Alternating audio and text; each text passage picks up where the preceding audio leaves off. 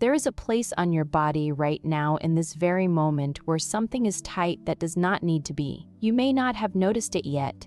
You may have been carrying it for so long that the tightness has become invisible, folded so deeply into the texture of how your body feels that it no longer registers as something separate from you. It is simply there, like the hum of a refrigerator in a quiet kitchen, constant enough to vanish into the background, present enough to shape everything it touches without announcing itself. But it is there. Somewhere between your temples and your toes, something is gripping, holding, clenching, bracing against a threat that may have passed hours ago, or days ago, or so long ago, that the body has forgotten what it was originally against. You are lying down now or something close to it. The room is dark or dim or lit by whatever small lights refuse to be fully extinguished at this hour. Your body has been placed in a position that is supposed to invite rest, horizontal and still, gravity doing the obvious work of pulling you into the surface beneath you. Everything about the arrangement says sleep. The pillow and the blankets, the quiet lateness of the hour, all of it is speaking the same language, and the language says it is time to let go. Yet, something in the body has not received the message, or received it and disagreed, or received it and disagreed, or received it and filed it away in the same drawer where all the other reasonable suggestions go to wait for a moment that never quite arrives. This is not unusual. In fact, it is so common that you have probably stopped thinking of it as a problem and started thinking of it as simply the way your body works at night. You lie down, and instead of melting into the mattress the way tiredness promises you will, you discover that your shoulders have opinions about the day that are not yet fully expressed. Your jaw is holding a conversation it started 6 hours ago and never finished. The muscles along your spine are braced as though something might happen at any moment, even though nothing is happening, even though the most dramatic event in this room right now is the slow settling of your own breath. So let this be the beginning of something different from the usual negotiation between a tired mind and a body that will not cooperate. There is no technique being deployed here, no 7-step protocol for progressive muscle relaxation or guided meditation with a specific outcome attached to it like a price tag. What is happening here is simpler and stranger than all of that. A voice is going to talk to you for a while, and the talking is going to move through the landscape of your body slowly, the way light moves across a field at dawn, not because the light has a plan, but because that is simply what light does when it is given enough time and enough space. The voice is not trying to fix anything. It is not arriving with a diagnosis or a set of exercises printed on a laminated card. It is arriving with attention, and attention, when it is patient enough and unhurried enough, has a way of changing whatever it touches. You do not need to do anything with this attention. That is perhaps the most important thing to understand before we go any further. You are not being asked to relax. You are not being asked to scan your body or rate your tension on a scale of 1 to 10 or breathe in any particular pattern. If relaxation happens, it will happen because the conditions were right for it, not because it was commanded into existence by force of will. That same willful effort is, in fact, part of what created the tension in the first place, holding yourself together through a day that asked more of you than it gave back, clenching and bracing when some part of you wanted nothing more than to come undone. So the efforting can sit this one out. It has done enough for today. Notice, if you happen to notice, the weight of your body against whatever surface is holding you. Not as a task but as an observation, the kind of thing you might observe about a cloud or a bird or the way water moves over stones. Your body has weight. It has always had weight, but during the day, that weight is something you carry rather than something you release. You carry it through hallways and upstairs, into chairs and out of them, from one standing position to the next, and the carrying is so continuous that the sensation of heaviness rarely gets a chance to fully express itself. Right now, lying still, The heaviness has permission to be what it actually is, which is considerable. A human body is a heavy thing when it stops pretending otherwise. The surface beneath you is doing its part without complaint. It is absorbing the full weight of everything you are, bone and organ and fluid, all the accumulated fatigue of a day that has finally ended, and it is pushing back with precisely the right amount of force to keep you suspended between falling and floating. There is a generosity in this physics that is easy to overlook. The bed, or the couch, or the floor, if that is where you have landed tonight, is not asking you to be lighter. It is not asking you to hold anything up. It is saying, simply and without condition, I have you. Let the weight be weight, let the heaviness be heaviness. Gravity has been doing what gravity does since before any of us arrived on this planet, which is pull things gently toward the center of everything. Perhaps you can feel the first hint of something changing as you lie here. Not a dramatic shift, not a sudden release, but something more subtle, like the difference in air pressure when a window is opened in a room that has been sealed for too long. Something in the quality of the tension is beginning to change, not because you are forcing it to change, but because the circumstances have shifted. The lights are low and the demands have paused. This voice you are listening to is not asking for anything. In an environment where nothing is required, the body begins to recalibrate on its own, adjusting its defenses to match the actual level of threat in the room, which, at this particular moment, is approximately 0. That recalibration takes time. It does not happen in a breath or a moment of insight. It happens gradually, like ice melting, like the slow release of a fist that has been clenched so long the fingers have forgotten their original shape. Part of it will happen during these words. More will surface in the silence between the words, or later still, after the voice has stopped and the thoughts have quieted, in the deep and private territory of sleep where the body does its most honest work. Dismantling what the day built and restoring what the day consumed, all of that is ahead of you. None of it requires your supervision. For now, the only thing that is happening is this. You are here. You are lying in a dark room. Something in your body is tight, and you may or may not have found it yet. And either way, it does not matter, because the finding is not the point. The point is the willingness to be here without agenda, to let the hour be what it is without trying to optimize it into something more efficient or productive or spiritually meaningful. It is late. You are tired. The body has been carrying something it forgot to put down. These are the facts of this moment, and they are enough. They are more than enough. They are the entire foundation of what comes next. And what comes next does not need to be planned or anticipated or worried about. It simply needs to be allowed, the way the night allows the dark and the earth allows the weight of everything that rests upon it. When the body finally stops arguing with itself, it allows the rest it has been needing all along. Your breathing is already happening. It was happening before you noticed it, and it will continue happening after you stop noticing it, steady and ancient and entirely unconcerned with whether you approve of its rhythm. Let it be whatever it is, fast or slow, deep or shallow, caught in the chest or settling into the belly. It does not need correction. It does not need guidance.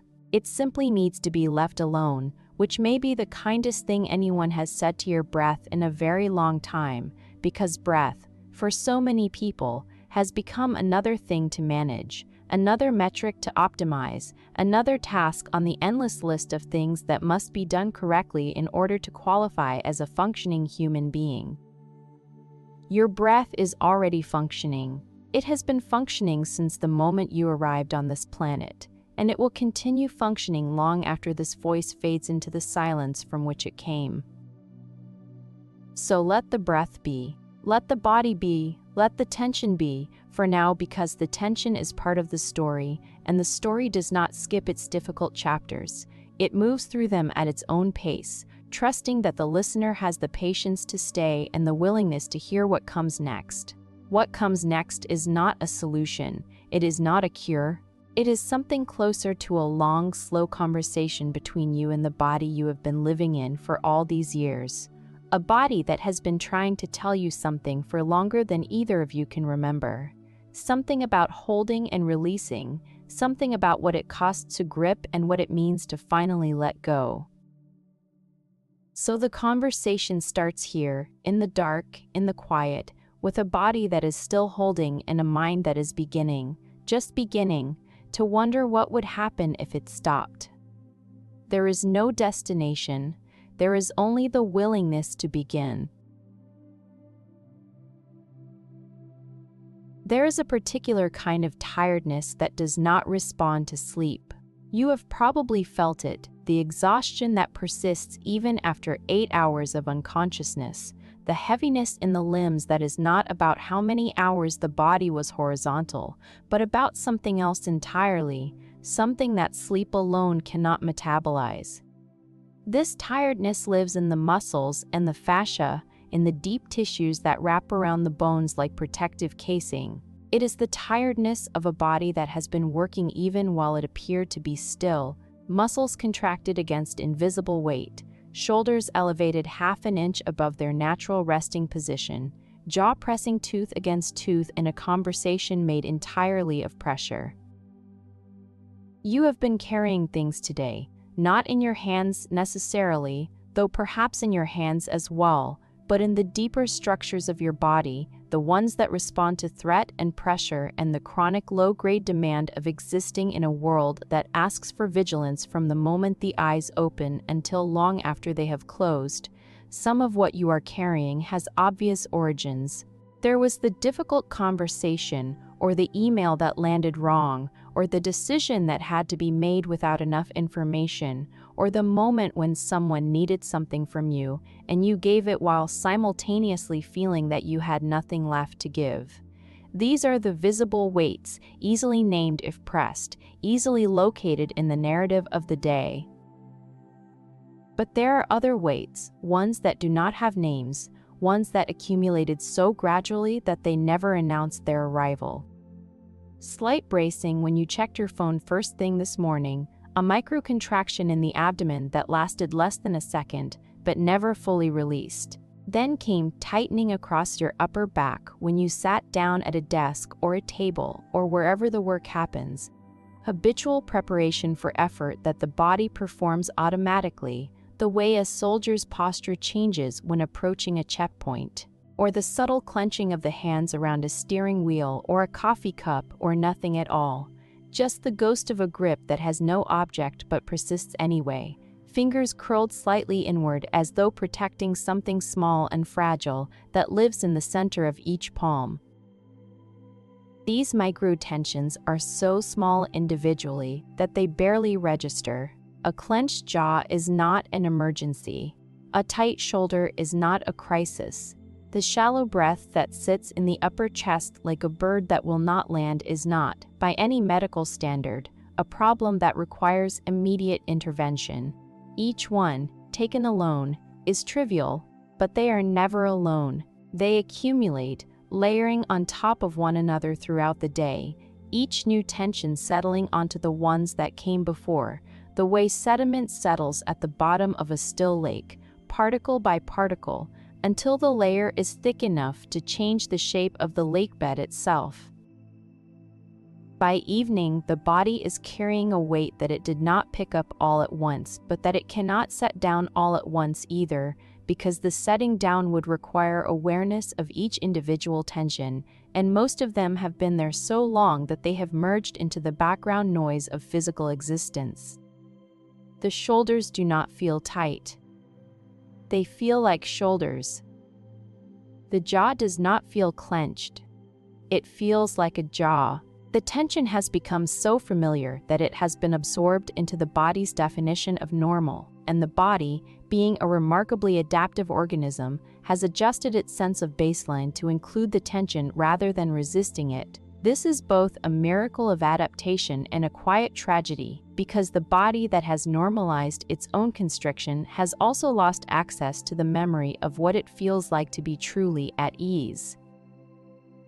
You may have glimpses of that memory. There are moments, rare and often unexpected, when something releases without warning, a deep breath that comes from nowhere, a sudden softening in the belly while watching something beautiful, the involuntary sigh that escapes when the body finally sinks into hot water or a particularly comfortable position. These moments are startling precisely because they reveal the contrast between the body's habitual state and its potential state, and the gap between the two is much wider than most people realize.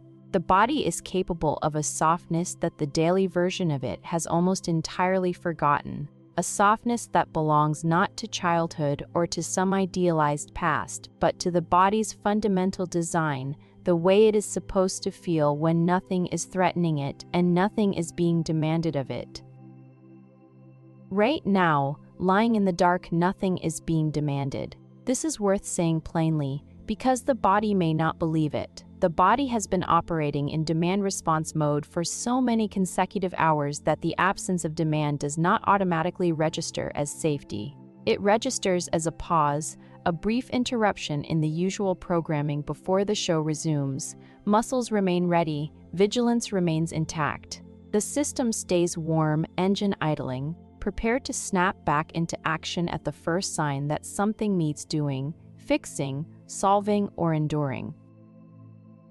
This readiness is not a flaw. It is what kept your ancestors alive when the world was full of things that could kill them between one breath and the next. The body's ability to maintain a state of low-level alertness, even in the absence of obvious danger, is a survival mechanism refined over millions of years, so deeply embedded in the nervous system's architecture that it cannot be overridden by a simple decision to relax. You cannot talk the body out of its vigilance any more than you can talk a smoke alarm out of going off when it detects smoke. It is doing what it was designed to do. There is no malfunction here. The difficulty is that this system was designed for a world where the threats were physical, immediate, and finite, and it is now operating in a world where the threats are psychological, ambient, and never entirely over. An email waiting in the inbox is not a predator, but the nervous system does not know that. A performance review scheduled for next week is not a physical danger, yet the body prepares for it with the same cascade of chemical signals that once prepared it for a confrontation with something that had teeth. The uncertain future and the unpaid bill, the relationship that needs attention, none of these things can eat you, but the body treats each one as though it might, because the body's vocabulary for threat has not been updated since the last ice age. It knows only two categories, safe and not safe. Everything that creates unease, from a difficult boss to a vague sense that something is wrong, gets filed under not safe, and the body responds accordingly, tightening what can be tightened, bracing what can be braced, holding on when letting go would feel like falling. So the tension you are carrying tonight is not about tonight. It is not about the specific events of this specific day, though those events have certainly added their contribution to the load. The tension is about the accumulated not safe signals that the body has been receiving and responding to for days, weeks, months, perhaps years, each one small enough to be dismissed by the conscious mind, but significant enough to be recorded by the body, which keeps its own ledger, meticulous and unforgiving, a record of every moment the system went on alert and never fully stood down. This is the weight you did not put down, not because you forgot, though forgetting is part of it, not because you chose to keep carrying it, though the choice is there in some structural sense, woven into the habits and postures and breathing patterns that the body has adopted as its new normal. You did not put it down because putting it down requires something more than willpower, more than intention, more than a decision made in the bright and rational hours of the day. It requires a kind of trust that the body has been trained out of, a trust that the ground will hold if the muscles stop gripping, that the world will not fall apart if the jaw unclenches, that nothing terrible will happen in the space between one vigilant moment and the next if the vigilance is allowed to dim, just slightly, just enough for something older and softer to emerge from underneath. That something is what these hours are for. not as a program or a protocol, but as a slow, patient demonstration to the body that it is safe to put the weight down, safe to release the grip, safe to let the muscles return to their original length and the breath find its original length and the breath find its original depth, to let the nervous system return to the state it was designed to occupy most of the time, but rarely gets to visit because the signals keep coming, the demands keep arriving, and the body keeps doing what it does best, which is brace for impact. The impact is not coming, not here, not now. In this room, the only thing coming is more darkness, more quiet, more of this voice moving through the room like something without edges, asking nothing, demanding nothing, simply present in the way that a candle flame is present, existing for no purpose other than to give off a little warmth and a little light in a space that does not require either, but is subtly changed by both. You can carry the weight a little longer if you need to. There is no rush. The releasing does not happen on a schedule, and it does not happen because someone told you it was time. It happens when the conditions are right, when the body receives enough consecutive moments of genuine safety that the alarm system begins to question its own assumptions, begins to wonder whether the elevated state it has been maintaining is actually necessary or simply habitual. That questioning is already underway. It started when you lay down. It deepened when the lights went off. It deepens further with each breath that is not followed by a demand, with each moment that passes without crisis, adding to the growing body of evidence that right now, in this room, in this bed, there is nothing to brace against and nothing to defend. The weight is still there.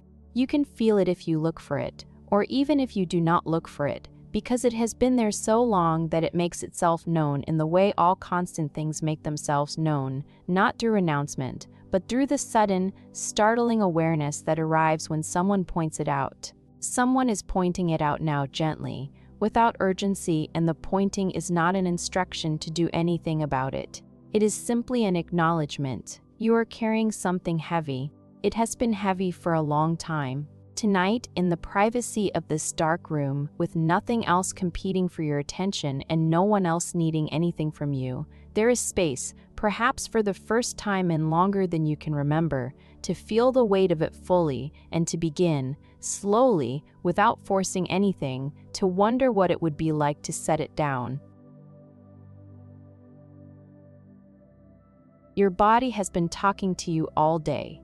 It has been talking to you for much longer than that, actually, for weeks and months and possibly years, sending messages through a channel that the conscious mind tends to ignore, not out of malice, but out of habit, the habit of prioritizing thoughts over sensations, words over feelings, the story in the head over the reality in the flesh. The body speaks in a language that does not use words, and because the modern mind is so thoroughly trained to listen only for language, the body's communications tend to arrive and depart without ever being received. This is not a failure of attention. It is a feature of how we live now, in a world that rewards cognitive activity above almost everything else and treats the body primarily as a vehicle for carrying the brain from one task to the next. The body is the thing that sits in the chair while the mind does the real work.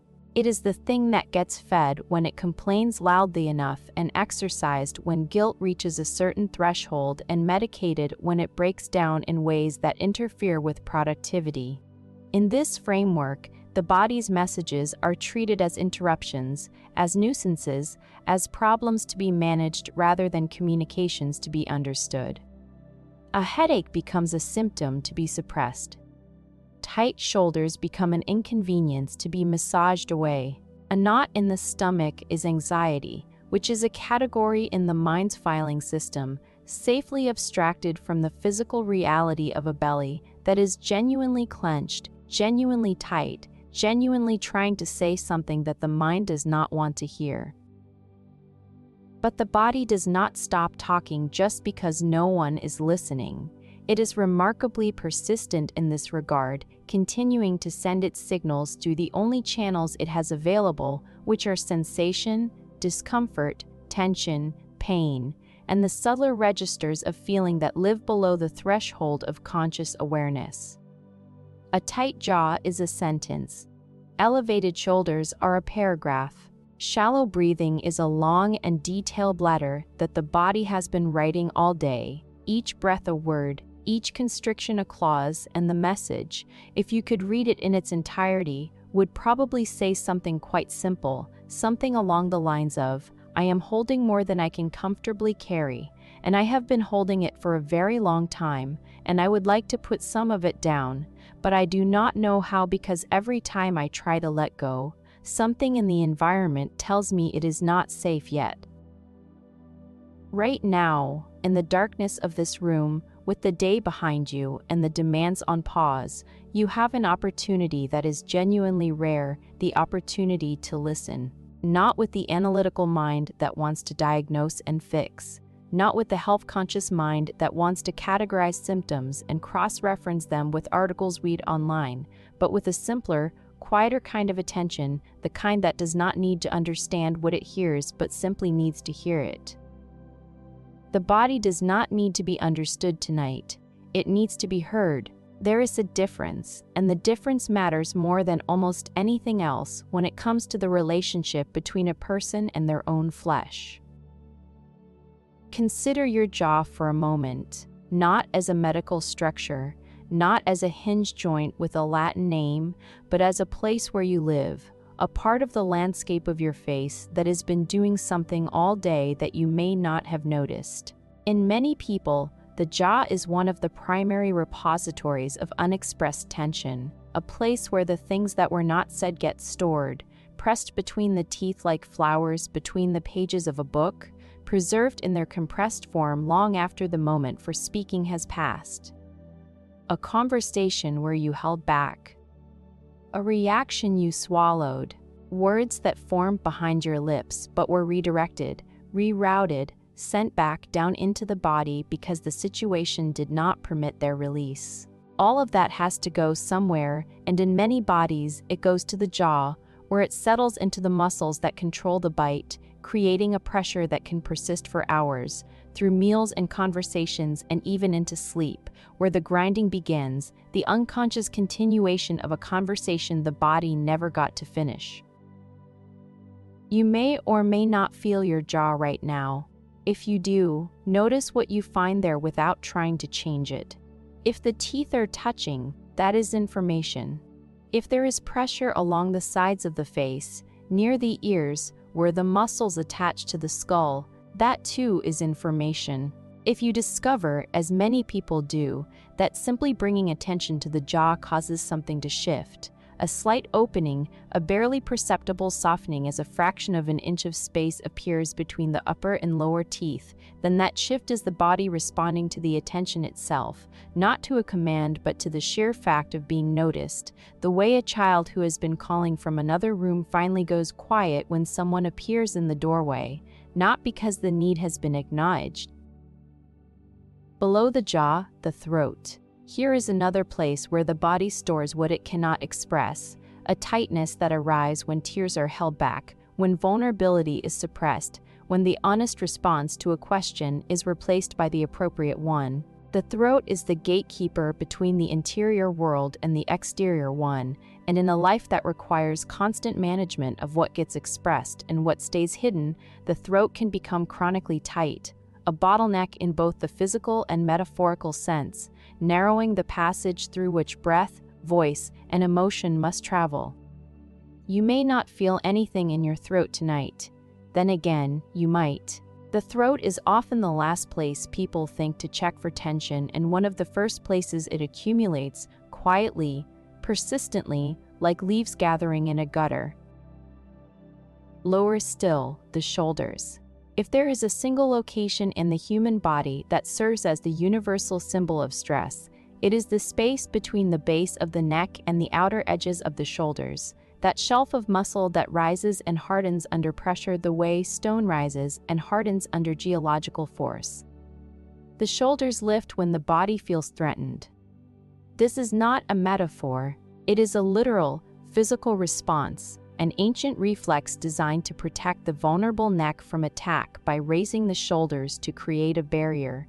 In the modern world, the attack rarely comes in the form of teeth or claws. It comes in the form of deadlines, criticism, uncertainty, and the low-grade, pervasive sense that something is not right, that the ground beneath the life is less solid than it appears. The shoulders do not know the difference. They lift anyway, and once lifted, they tend to stay, hovering an inch or two above where they would naturally rest, sustained by tension so constant that it has ceased to feel like tension and started to feel like anatomy. The muscles of the back tell a similar story, though the dialect is slightly different. Where the shoulders speak of protection and vigilance, the back speaks of burden, of the accumulated weight of responsibility that presses down on the spine and compresses the spaces between the vertebrae. The ache in the lower back is not always about posture, though posture plays its part. It is about the psyche's relationship with the weight it is carrying, the way the body responds to the felt sense of having too much to hold and no one to share the holding with. The back braces when it feels unsupported. It stiffens when it anticipates more weight. It aches not because something is structurally wrong, but because the load has been too heavy for too long and the muscles are sending the only signal they know how to send, which is discomfort, which is pain, which is the body's way of saying, please, pay attention, something here needs to change.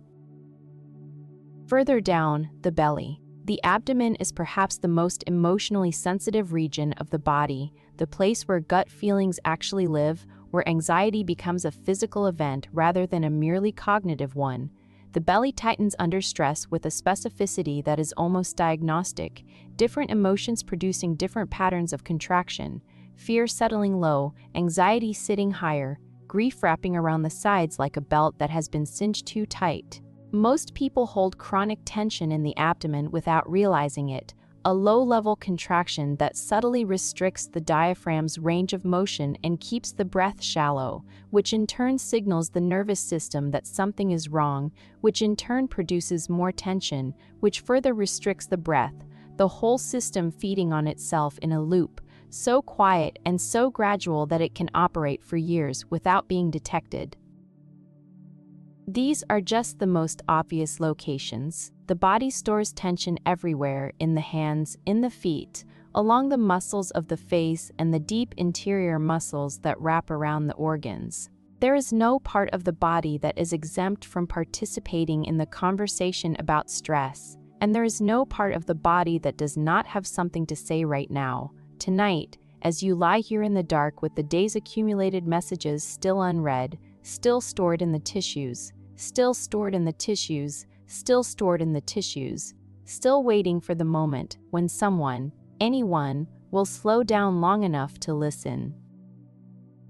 You are slowing down now. The day is over and the tasks are finished, at least for the next few hours. Sensing the pause, the body is beginning to shift its tone from the urgent signals of the daytime to the quieter, more intimate register of the night. Messages are still arriving, but softer now, less insistent, more like whispers than shouts. Your jaw is still holding its story, though the telling has grown gentle. Those shoulders are still elevated, but perhaps half a degree less than they were 5 minutes ago. The belly is still tight, but the tightness has a different quality now, less defensive, more like the last notes of a song that has been playing all day and is finally beginning to fade. Let these messages arrive without trying to answer them. Let the body speak without interrupting it with solutions. The body does not need to be fixed tonight. It needs to be heard, and the hearing itself, patient and non-judgmental and unhurried, is a kind of medicine that no pharmacy can provide, a remedy that works not by changing the body, but by changing the relationship between the body and the person who lives inside it. When the body is heard, something shifts. Tension does not vanish, but it changes, the way a color changes when the light shifts, still present but different, more nuanced, less absolute. A grip loosens by a fraction. A breath deepens by a millimeter. Shoulders descend by an amount too small to measure, but large enough to feel. These are the body's responses to being listened to, and they are the beginning of something that will continue long after this voice has stopped, in the silence and the sleep, in the deep private work that the body does when the mind finally steps aside and lets it speak.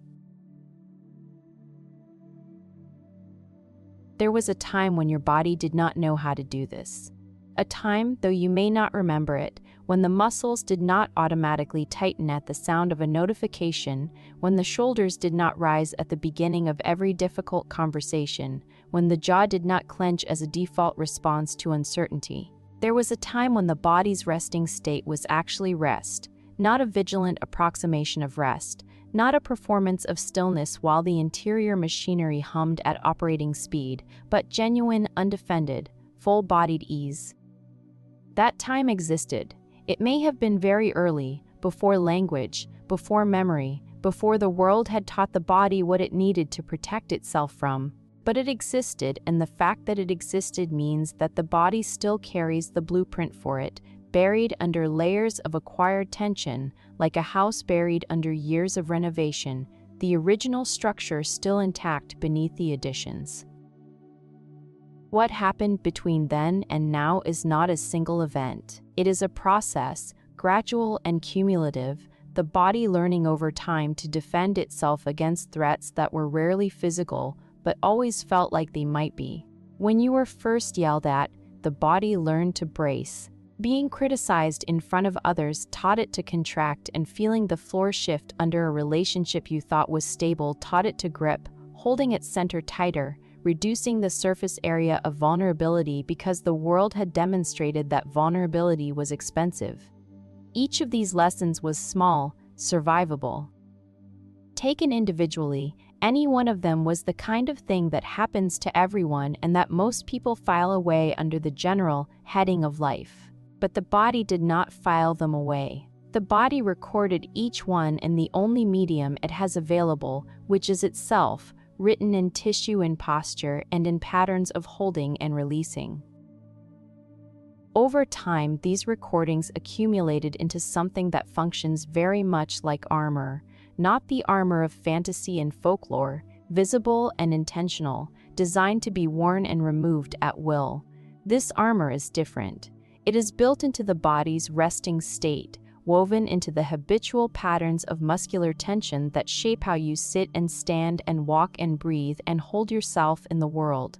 It is the slight forward hunch of the shoulders that protects the chest. It is the flattening of the lower back that stabilizes against perceived instability. It is the chronic tightness in the hip flexors that keeps the body ready to move or flee or pivot away from whatever comes next. It is the persistent contraction of the muscles around the eyes that narrows the gaze and reduces the amount of world that needs to be processed at any given moment. Every one of these patterns serves a protective function. Every one was adopted for good reason, none of them were chosen consciously, and none of them can be removed by conscious decision alone. The armor is not your enemy. This is important to understand, because the instinct upon discovering that the body is armored is to try to remove the armor, to peel it off through stretching or massage or sheer force of will, as though the tension were a parasite that the body would be better off without. But the armor is not a parasite, it is more like a callus, a thickening that developed in response to repeated friction. It is a practical adaptation to the conditions of the life being lived. The callus does not exist because the skin is defective. It exists because the world has been rough on that particular spot, and the skin, being resourceful, has done what skin does under pressure, which is grow thicker, tougher, more resistant to the forces that keep pressing against it. Your body's tension is the same kind of adaptation. It grew where the pressure was greatest, layering itself onto the muscles and joints and soft tissues that bore the brunt of the emotional and psychological forces that moved through your life. Someone who was frequently criticized develops armor around the throat and chest, protecting voice and heart. A person who carried too much responsibility too young develops armor across the shoulders and upper back, the body's response to the weight it was asked to bear. Those who are never quite sure where the next threat would come from develop armor everywhere, a full-body brace that does not relax even in sleep, because sleep, in a world of unpredictable danger, is a vulnerability that the body cannot afford. None of this is pathology. None of this is brokenness. It is intelligence, the intelligence of a system that learned from its environment and adapted accordingly. A body that armors itself is a body that survived, that took the lessons of its experience and translated them into a physical strategy for getting through the day, every day, without being destroyed by what the day brought. This strategy has costs, certainly. Tight muscles ache. Restricted breathing creates anxiety that creates more restriction. The armored body moves through the world with less freedom, less spontaneity, less access to the full range of feeling and expression that an unarmored body enjoys. These costs are real, and they accumulate over time, and they are part of why you are lying here tonight feeling like something needs to loosen, something needs to give, something needs to change in the deep interior of your physical self. But the loosening cannot happen through aggression toward the armor. You cannot force the body to disarm. The very act of forcing is itself a form of armoring, an application of willpower against the body's own protective intelligence, and the body, sensing the aggression, will respond the way it always responds to perceived threat, by tightening further, bracing harder, digging deeper into the defensive posture that has kept it safe for this long. You have probably experienced this, a frustration of trying to relax muscles that refuse to relax while clenching against the clenching. The mind insisting that the body obey while the body quietly, stubbornly, continues to do exactly what it has been doing for years. The alternative to force is something that does not have a clean name in the vocabulary of self-improvement. It is not relaxation, though relaxation may follow it. It is not mindfulness, though awareness is part of it. It is closer to trust, though the trust is not between you and something external, but between you and your own body, a trust that has been eroded by years of the body's signals being overridden, ignored, medicated, or dismissed as inconvenient. The body learned to armor itself because the environment demanded it. For the armor to begin dissolving, the body needs to learn something new, which is that the environment has changed, that the old threats are no longer present in the old way, that the protection that was once necessary is now optional. This learning does not happen through words or intentions or decisions. It happens through experience, through repeated moments of genuine safety that slowly accumulate until the body's assessment of its situation begins to shift from not safe to something more nuanced, something that allows for the possibility that right now, in this specific moment, the armor can soften by a fraction without catastrophe following. You are in such a moment now. The room is dark, the door is closed, or the house is quiet, or whatever configuration of space and silence constitutes safety for you is currently in effect. No one is asking anything of you, no one is evaluating you. The social performance that consumes so much of the body's defensive energy during the day has been suspended, and the body, if it is willing to notice, can begin to register that the conditions have changed. The conditions have changed. That is not a mantra or an affirmation. It is a factual description of the difference between this moment and the moments that preceded it during the day. The conditions have changed, and the body is free, if it chooses, if it trusts, to respond to the changed conditions by beginning, at its own pace, the slow and delicate process of letting the armor thin. Not removing it, thinning it. The distinction matters. Removing the armor implies that the body will be left unprotected, naked to whatever might come, and that suggestion alone is enough to trigger the very tension it aims to relieve. Thinning the armor means allowing it to become slightly less dense, slightly more permeable, slightly more willing to let sensation in and let breath through, while still maintaining enough structure to provide the sense of safety that the body requires in order to rest. The body will decide how much thinning is appropriate for tonight. You do not need to set the parameters. You do not need to specify a target level of relaxation or assign a number to the amount of letting go that is acceptable. The body knows. It has always known. It simply needs space, quiet, and time enough to feel safe. all of which are available right now. This room is the space. This hour is the quiet. The absence of demand is itself a form of safety, and whatever remains between now and morning is time enough. These are the conditions. They are not perfect, because conditions never are, but they are sufficient. They are enough for the body to begin its own process, whatever that process looks like tonight, however far it goes, whatever it releases or chooses to hold a little longer. The body's wisdom is older than your opinions about it. Trust it. Let it work. Let the armor thin at whatever pace the armor needs to thin, and let the thinning be enough, because it is, and because the morning will come regardless, and the armor can always thicken again if it needs to, which is the very thing that makes it safe to let it soften now. Somewhere in the architecture of your body, there is a record of everything that has ever frightened you. Not a conscious record, not the kind that shows up in memories or stories you tell about your past, but a deeper, older kind of documentation, written in the language of the nervous system, stored not in the brain's narrative centers, but in the body's reactive patterns. This record does not organize itself chronologically.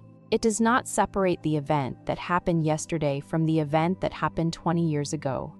To the nervous system, all of them exist simultaneously, layered on top of one another like transparencies on an old projector, each one adding its tint to the image that the body projects onto the present moment. This is why a slamming door can produce a reaction that seems wildly out of proportion to what actually happened. It is why a certain tone of voice can flood the body with sensations that belong to a different decade, and why the body sometimes reacts to situations that are, by any rational assessment, perfectly safe, with a degree of tension and vigilance that would be appropriate only if the situation were genuinely dangerous. The nervous system is not consulting the rational mind before it responds. It is consulting its own archive, the accumulated record of every moment the body went on high alert, and if the current moment has any resemblance to something in that archive, even a faint resemblance, even a resemblance that the conscious mind would dismiss as irrelevant, the nervous system responds as though the archive entry is happening again, right now, in real time. This is not a malfunction. It is an efficiency, or at least it was designed to be one. A nervous system that learns from past threats and applies those lessons to future situations is one that keeps its organism alive. The difficulty is not the learning itself, but that the system was designed for a world where the lessons had clear endpoints, where the threat arrived, was dealt with, and departed, leaving the nervous system free to return to baseline and rest until the next threat appeared. In that world, the archive would be consulted briefly and then closed, its relevant entry reviewed and then filed away. In the modern world, threats do not depart. They linger, sending emails at 10 o'clock at night. They exist as ambient conditions rather than discrete events, and because they never fully resolve, the nervous system never fully stands down, never fully closes the archive, never fully returns to the baseline state that is supposed to be its default mode of operation. The result is a body that lives in a state of perpetual readiness, not the sharp, focused readiness of an animal that has spotted a predator, but the diffuse, chronic readiness of an animal that knows predators exist somewhere in the landscape and has decided that the safest strategy is to never stop looking for them. This is the state that scientists call hypervigilance, and while the word sounds clinical, its experience is intimately familiar to anyone who has lain in bed at night unable to relax, body humming with a tension that has no obvious source, the muscles engaged in a defense against something that cannot be named because it is not a thing but a condition, a background level of not safe that the nervous system has adopted as its operating standard. You are lying in this state right now, or some version of it. Probably not the most extreme version, not the version that involves a racing heart or a clenched stomach or the electric, wired feeling of genuine acute anxiety. Perhaps just the mild version, the version that shows up as an inability to fully settle, a restlessness in the limbs, a sense that the body is lying still but not at rest, present in the bed but not committed to it, as though some part of the physical self is keeping one foot on the floor, ready to stand up and deal with whatever comes next. What comes next is nothing. No event is approaching. The night is simply continuing to be the night, quiet and unhurried and utterly devoid of the kind of events that the nervous system is preparing for. But the preparation persists, because the nervous system's memory is long and its trust is short, and one quiet night does not erase the archive of 1,000 difficult days.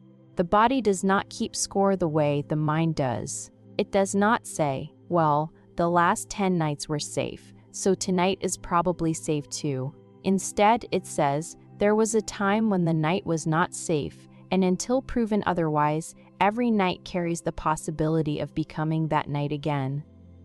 This logic is impeccable from a survival standpoint. It is also exhausting from a living standpoint, because it means the body never gets to fully rest, never gets to fully trust, never gets to fully trust, never gets to fully inhabit the moment as it actually is rather than the moment as it might become. The memory that the nervous system carries is not limited to dramatic events.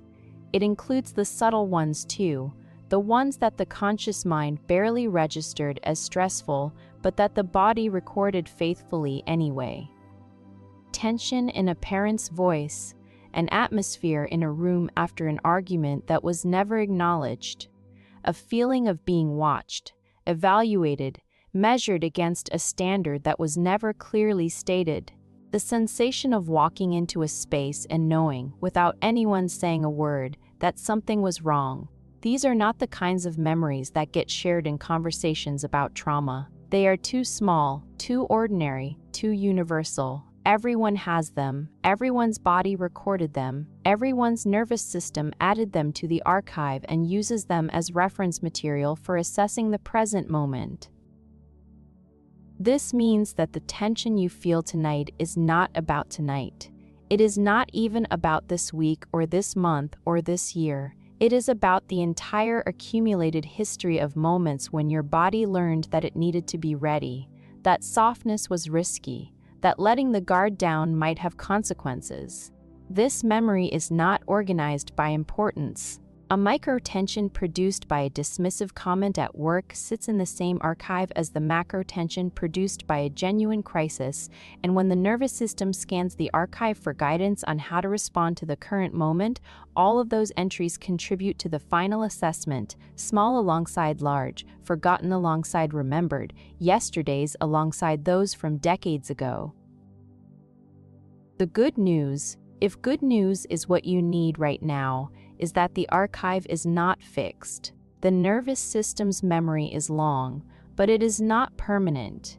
It can be updated, revised, overwritten with new information that shifts the body's assessment of the world from perpetually threatening to sometimes safe.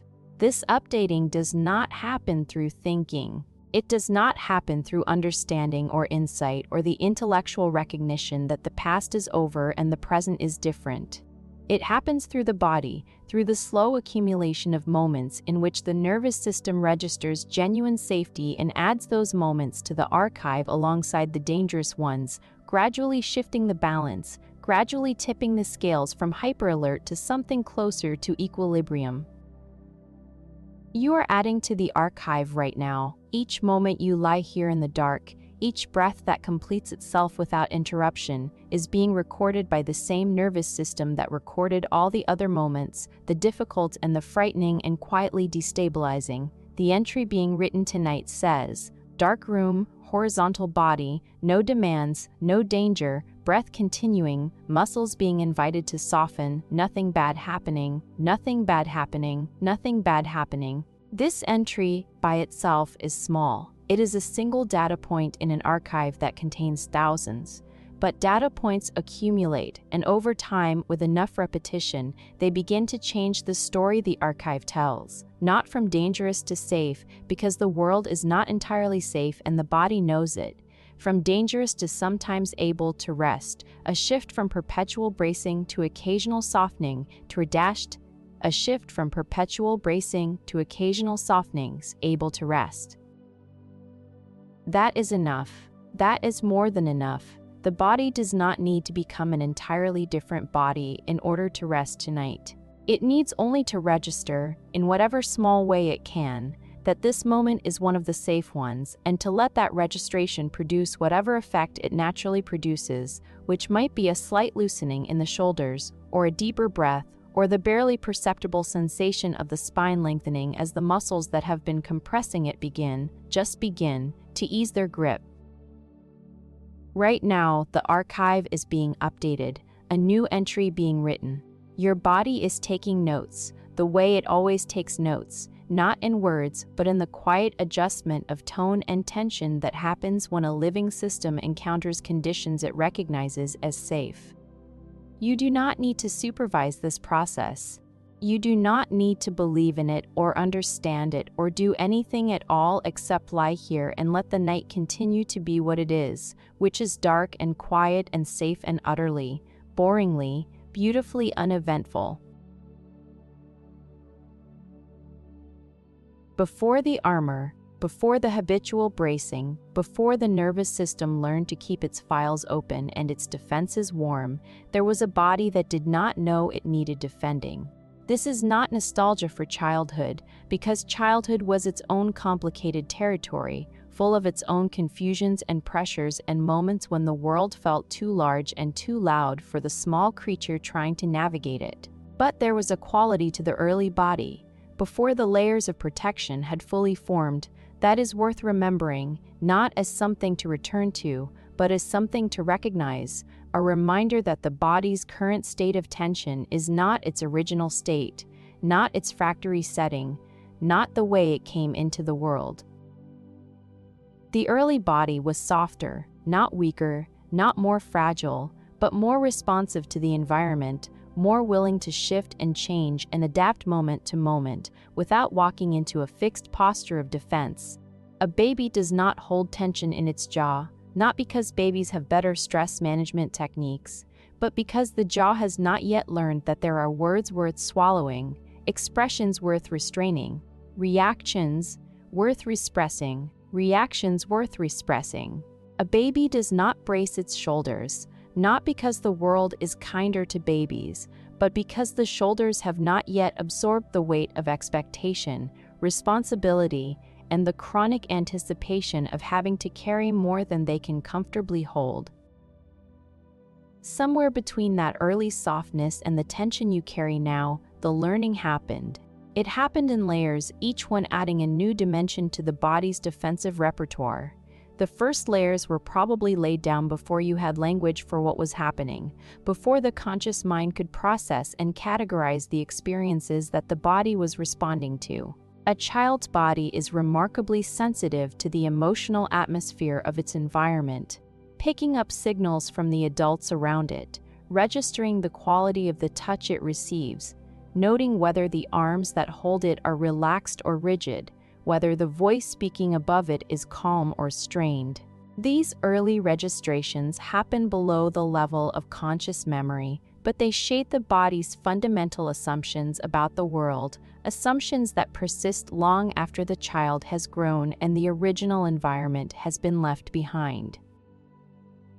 If the early environment was consistent, predictable, and safe enough, the body learned that its default state could be one of relative openness. If the environment was inconsistent, unpredictable, or threatening, the body learned that its default state needed to be one of relative guardedness. Most environments fell somewhere in between, containing enough safety for the child to survive, but enough stress for the body to begin building its defensive architecture. The parents did their best, which was sometimes extraordinary and sometimes insufficient, and the child adapted to whatever was available, developing exactly the amount of armor that the situation required, no more and no less. This is not blame. The bodies that carried your parents were carrying their own armor and accumulated tension, their own nervous system's long memories of moments when they felt unsafe or overwhelmed or inadequate to the task of being human. Tension is transmitted across generations, not genetically, not as a fixed inheritance, but through the medium of relationship, the child's body calibrating itself to the bodies of the people around it, learning their patterns, absorbing their rhythms, inheriting their holding even before it has accumulated enough experience to develop holding of its own. The tight jaw you carry tonight may have its deepest roots not in your own experiences, but in the experiences of someone who held you before you could hold yourself, someone whose body was sending signals that your body received and stored without knowing what they meant.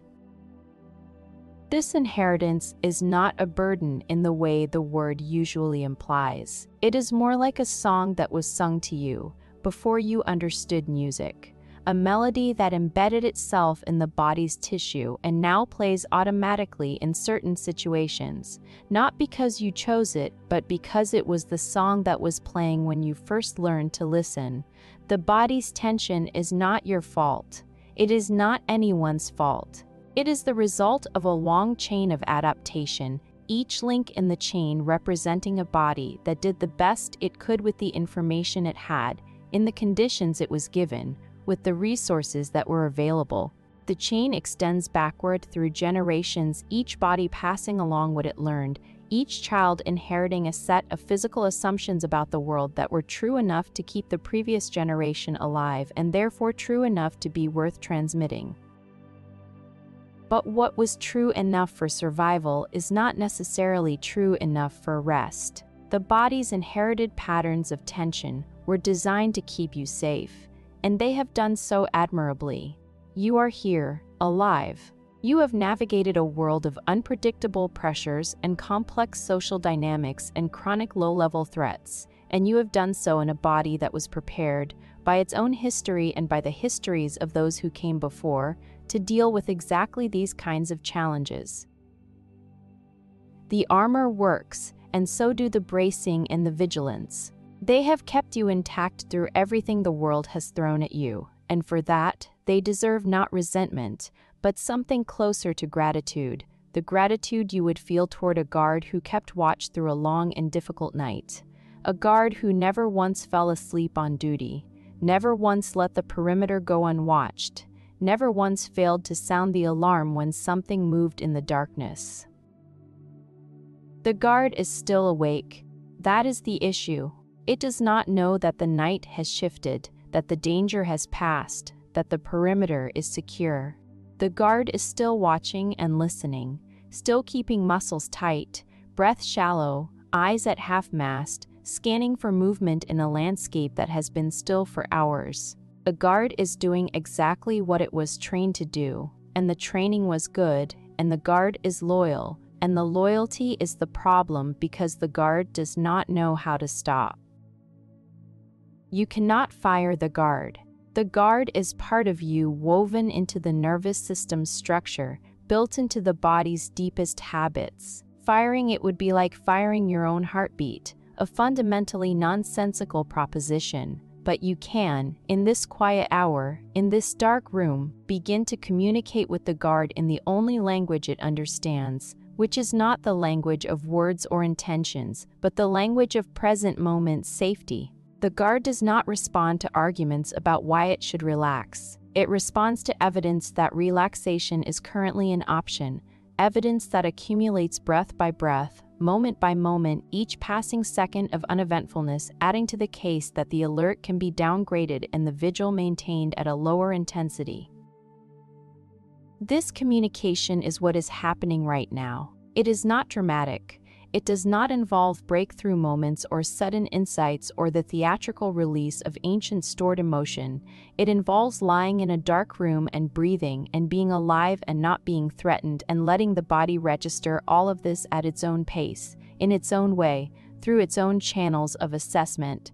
Already it is taking notes, watching the horizon and finding it empty, listening to the silence and hearing nothing that warrants alarm.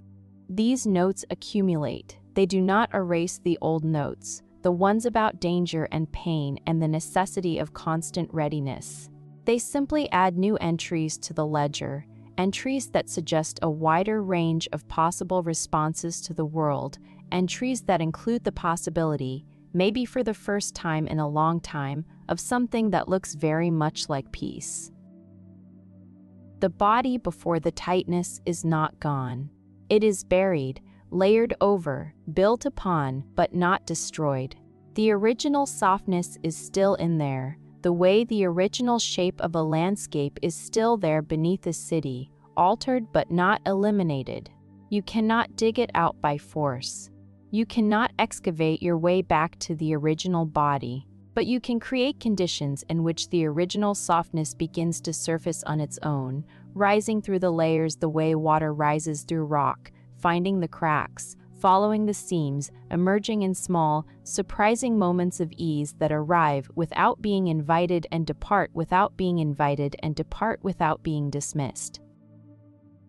Such a moment may be happening now, or it may happen later in the sleep that is approaching in the deep tissue work that the body does during the hours of unconsciousness. Either way, the conditions are right. A dark room, quiet and generous absence of demand, the voice that asks nothing, these are the conditions under which the body's oldest memory, the memory of what it felt like before the tension, has the best chance of making itself known. There is a layer beneath the tension. You may not know it is there, because the tension has been covering it for so long that the layer beneath has become theoretical. Something imagined rather than felt, a concept of ease rather than the experience of it. But it is there. Beneath every tight muscle, there is a muscle at rest. Under every braced joint, there is a joint in neutral. Within every contracted breath, there is a breath that fills the whole trunk of the body, expanding the ribs laterally, pressing gently into the belly, reaching down toward the pelvis and up toward the collarbones with an ease that the shallow, guarded breath cannot achieve. This deeper layer is not something you have to create. It already exists. It has existed since the body formed itself in the quiet darkness of the womb, arranging its muscles around its bones with a precision that no conscious effort could replicate. The body knows how to rest. It has always known. The knowledge is not lost, merely obscured, buried under the layers of tension that accumulated in response to a life that asked for bracing more often than it asked for softening. The body's resting state is not a skill to be learned. It is an inheritance to be remembered. Perhaps the most surprising thing about this deeper layer is that it does not require the tension to leave before it can be felt. The stillness beneath the bracing is not the stillness that exists after the bracing stops. It is the stillness that exists during the bracing, concurrent with it, occupying the same body at the same time, the way silence exists underneath noise, not after the noise stops, but while the noise is still happening, available to anyone who listens with enough patience and enough depth. The stillness does not wait for the tension to be resolved. It has never waited for anything. It simply is, persistent and patient and entirely unaffected by the drama playing out on the surface. This is a difficult thing to understand with the thinking mind, because the thinking mind operates on the assumption that tension and stillness are opposites, that you cannot have one while the other is present, that the body must choose between bracing and ease. But the body does not operate on the same logic as the mind.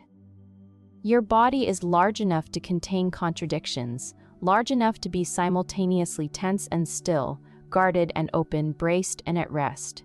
A surface can be tight while a core is quiet. Muscles can be contracted while the bones they attach to remain. Underneath it all, exactly where gravity placed them, unmoved by the drama of contraction, resting on the support beneath them with the same passive, unconditional surrender they would exhibit if every muscle in the body were to suddenly relax.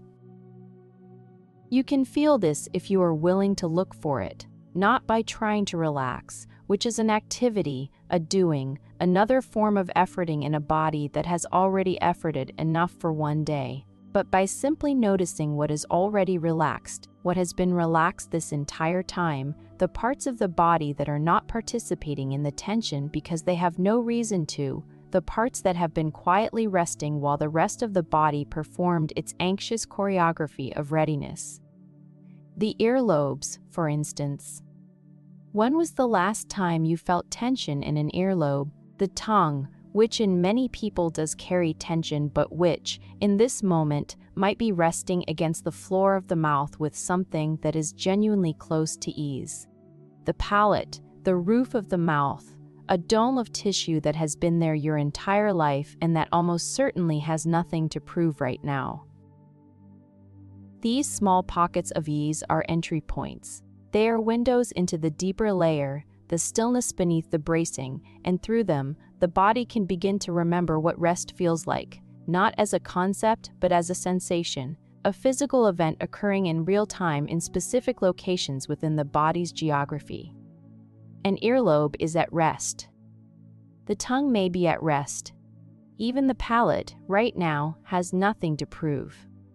These are not instructions. They are observations, and the difference between an instruction and an observation is the difference between forcing the body to change and simply noticing what is already true. Noticing does not require effort.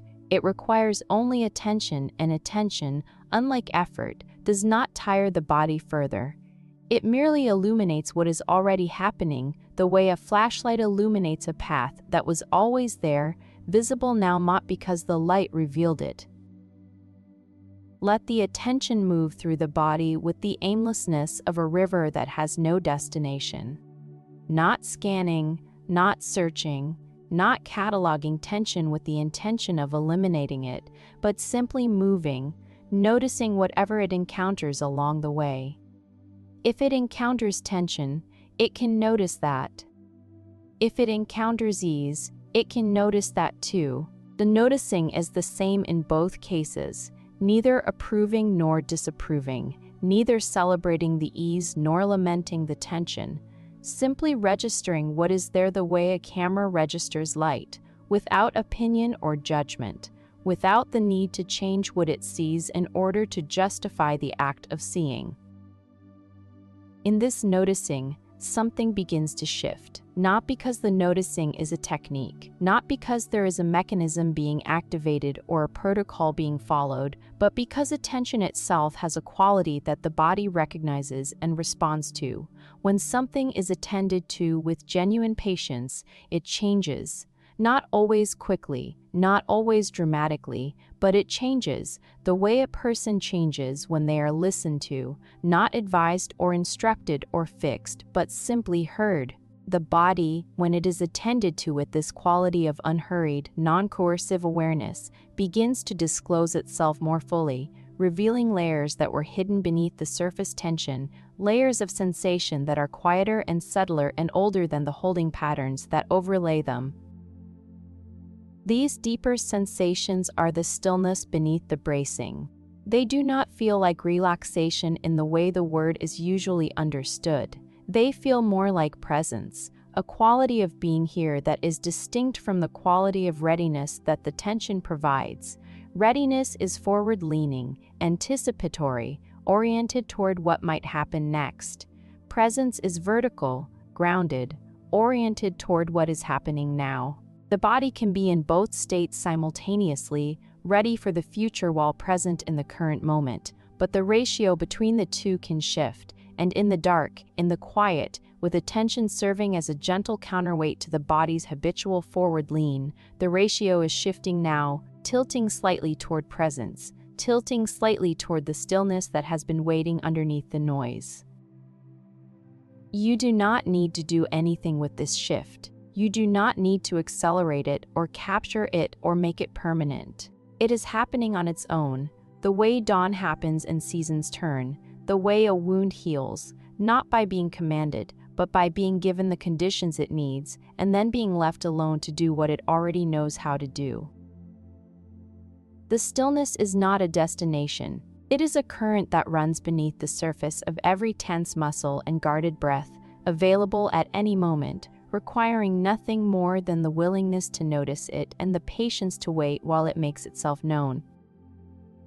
It is making itself known now, maybe not in the places you expected, not in the muscles that feel the tightest or the regions that seem most in need of release. It might surface in a small, inconspicuous part of the body that you have never paid much attention to, a fingertip, a section of the forearm, the space behind the knees. These small disclosures are the body's way of testing the waters, of seeing whether the attention is trustworthy, whether it will stay and listen or rush off to the next thing the way the mind usually does.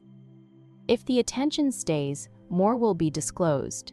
If the attention stays, more will be disclosed. If the attention is patient, the disclosures will deepen. If the body senses that it is truly being attended to, not as a project or a patient or a problem to be solved, but as a living, feeling, communicating presence, it will begin to open in ways that no technique could produce, because the opening comes from the body's own desire to be known, a desire as fundamental as the desire for food or warmth, a desire that has been quietly persisting underneath the armor for as long as the armor has existed. Allow it to persist, to surface. Allow the stillness beneath the bracing to make itself known at its own pace, in its own order, through whatever part of the body it chooses to emerge from next. The body is not a machine to be operated. It is a living landscape, and the stillness is its bedrock, its foundation, the thing that remains when everything built upon it has been worn away. Tonight, the wearing away has begun, not through force, not through effort, through the simple, ancient, profoundly underestimated act of lying in the dark and paying attention to what is already here. Let us visit 3 places where the body stores what the day could not process, not as a clinical exercise, not as a body scan with targets and objectives, but as a kind of gentle pilgrimage, moving through the landscape of your own physical form with the curiosity of someone walking through a neighborhood they have lived in for years but never really looked at closely. These 3 places are not the only places the body holds tension. They are simply among the most common, the most familiar, and the most responsive to the kind of attention that is available right now, in the quiet of this hour, with nothing else competing for your awareness. The jaw first. Bring your attention there, if it is willing to go, not with force but with invitation, the way you might direct your gaze towards something interesting in the distance, not because you must look, but because looking seems like it might be worthwhile.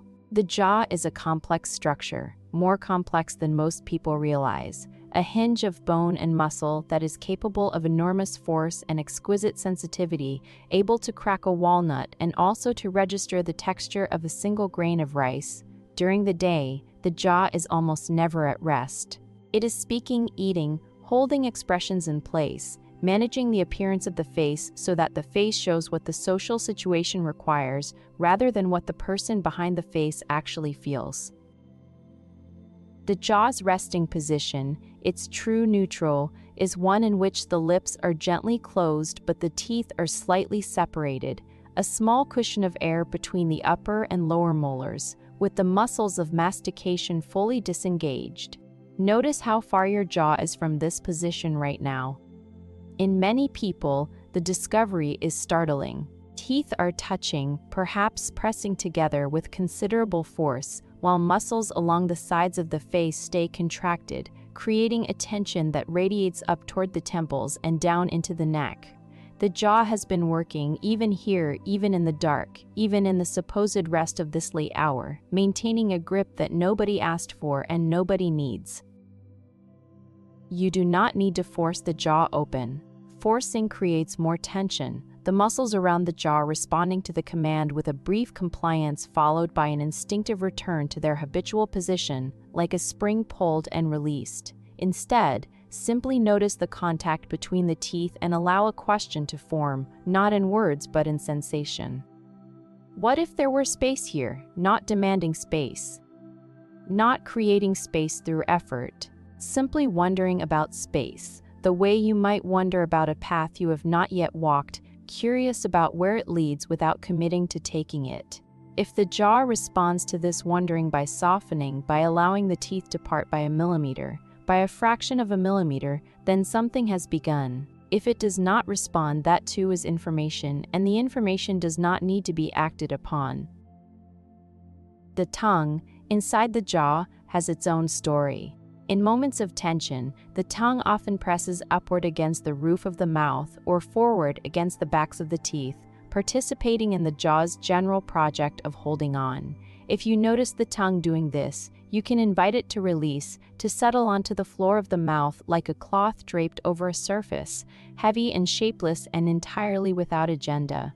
The tongue does not need to hold anything up.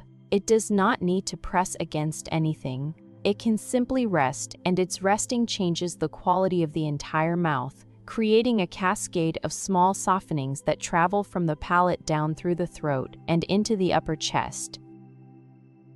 Now the shoulders. You have been carrying them today, literally carrying them, holding them up against gravity's suggestion that they hang. Shoulders are designed to hang. They are suspended from the spine by muscles and ligaments that are strong enough to hold the arms in place without any conscious effort. In their natural position, they drape from the neck the way a coat drapes from a hanger, yielding to gravity, relaxed into their own weight, the tops of the arms settling into the sockets with a comfortable heaviness that requires no muscular effort to maintain. This is not where your shoulders have been all day. Instead, they have been elevated, drawn upward by the same reflexive pattern that raises the shoulders in response to cold and fear, to the chronic low-level anticipation of something unpleasant. The elevation may be subtle. It may be only a centimeter, barely visible to someone watching from across the room, but a centimeter of elevation sustained over 16 waking hours creates a fatigue in the muscles of the upper back and neck that is disproportionate to the apparent effort involved. Invite the shoulders to descend, not by pushing them down, which engages a different set of muscles and creates its own form of tension, but by imagining that the muscles holding them up have been given permission to stop. Imagine that the permission arrives like a memo, circulated through the tissues with quiet authority, informing each muscle fiber that its shift is over and it can clock out. The muscles do not need to do anything in response to this permission. They simply need to stop doing what they have been doing, which is to say, they need to stop holding the shoulders up, and gravity will take care of the rest. The shoulders will descend on their own. They will find their natural resting position without guidance or correction, settling into the bed or the pillow with the kind of satisfying weight that comes when something heavy is finally allowed to be heavy. Between the shoulders and the jaw, the neck is the corridor that connects the head to the body, and in a body that carries chronic tension, the neck becomes a congested highway, the muscles and tendons and small joints all compressed and overworked from the dual task of supporting the head's weight and managing the head's constant repositioning throughout the day. The neck carries an enormous amount of information between the brain and the body, sensory data traveling upward and motor commands traveling downward, and when the neck is tight, there is a subtle sense of disconnection, as though the head and the body are operating in separate jurisdictions with limited communication between them. Allowing the neck to soften, even slightly, restores some of this communication, creating a sense of continuity between the head and the body that is surprisingly comforting, like a conversation that had been happening through a closed door finally continuing face to face. Now the hands. The hands are perhaps the most emotionally expressive part of the body after the face, and like the face, they are often the last to relax, continuing to hold their tension long after the rest of the body has begun to soften. Notice your hands right now. Are the fingers curled? Is the thumb pressed against the index finger or the middle finger, maintaining a grip on nothing? Is there tension in the palms, a contraction in the small muscles of the hand that creates a sense of holding even when there is nothing in the hand to hold? The hands grip the world all day. They grip pens, phones, steering wheels, coffee cups, door handles, and each other. They grip abstract things too, an edge of conversation, a thread of argument, the handle of a decision that has not yet been made. The grip is so constant, so integral to the experience of moving through a day, that the hands often do not know how to fully open even when they are at rest, even when there is nothing left to hold. The fingers maintain a residual curl, the muscles of the palm maintain a residual contraction, and the hands lie on the bed or the belly or the chest in a posture that is closer to grasping than to releasing. To invite the hands to open, try nothing, literally nothing. Do not stretch the fingers. Do not spread the palm. Simply notice the current state of the hands, whatever it is, the curl or the grip or the tension in the tender muscles at the base of the thumb, and let the noticing be enough. The hands, like the jaw, respond to attention with a sensitivity that can seem almost magical but is really just the body's innate responsiveness to being seen. When the hands are noticed, when the grip is observed without judgment, something begins to loosen on its own, fingers unfurling at their own pace, the palm softening, the whole structure of each hand settling into a shape that is open without being forced open, relaxed without being commanded to relax, without being commanded to relax. 3 places visited: jaw, shoulders, hands. 3 locations on the map of your body where the day's unprocessed tension has been stored, waiting for the attention that is arriving now, in the dark, in the quiet, with the unhurried patience of someone who has nowhere else to be and nothing else to do. The attention does not need to fix what it finds.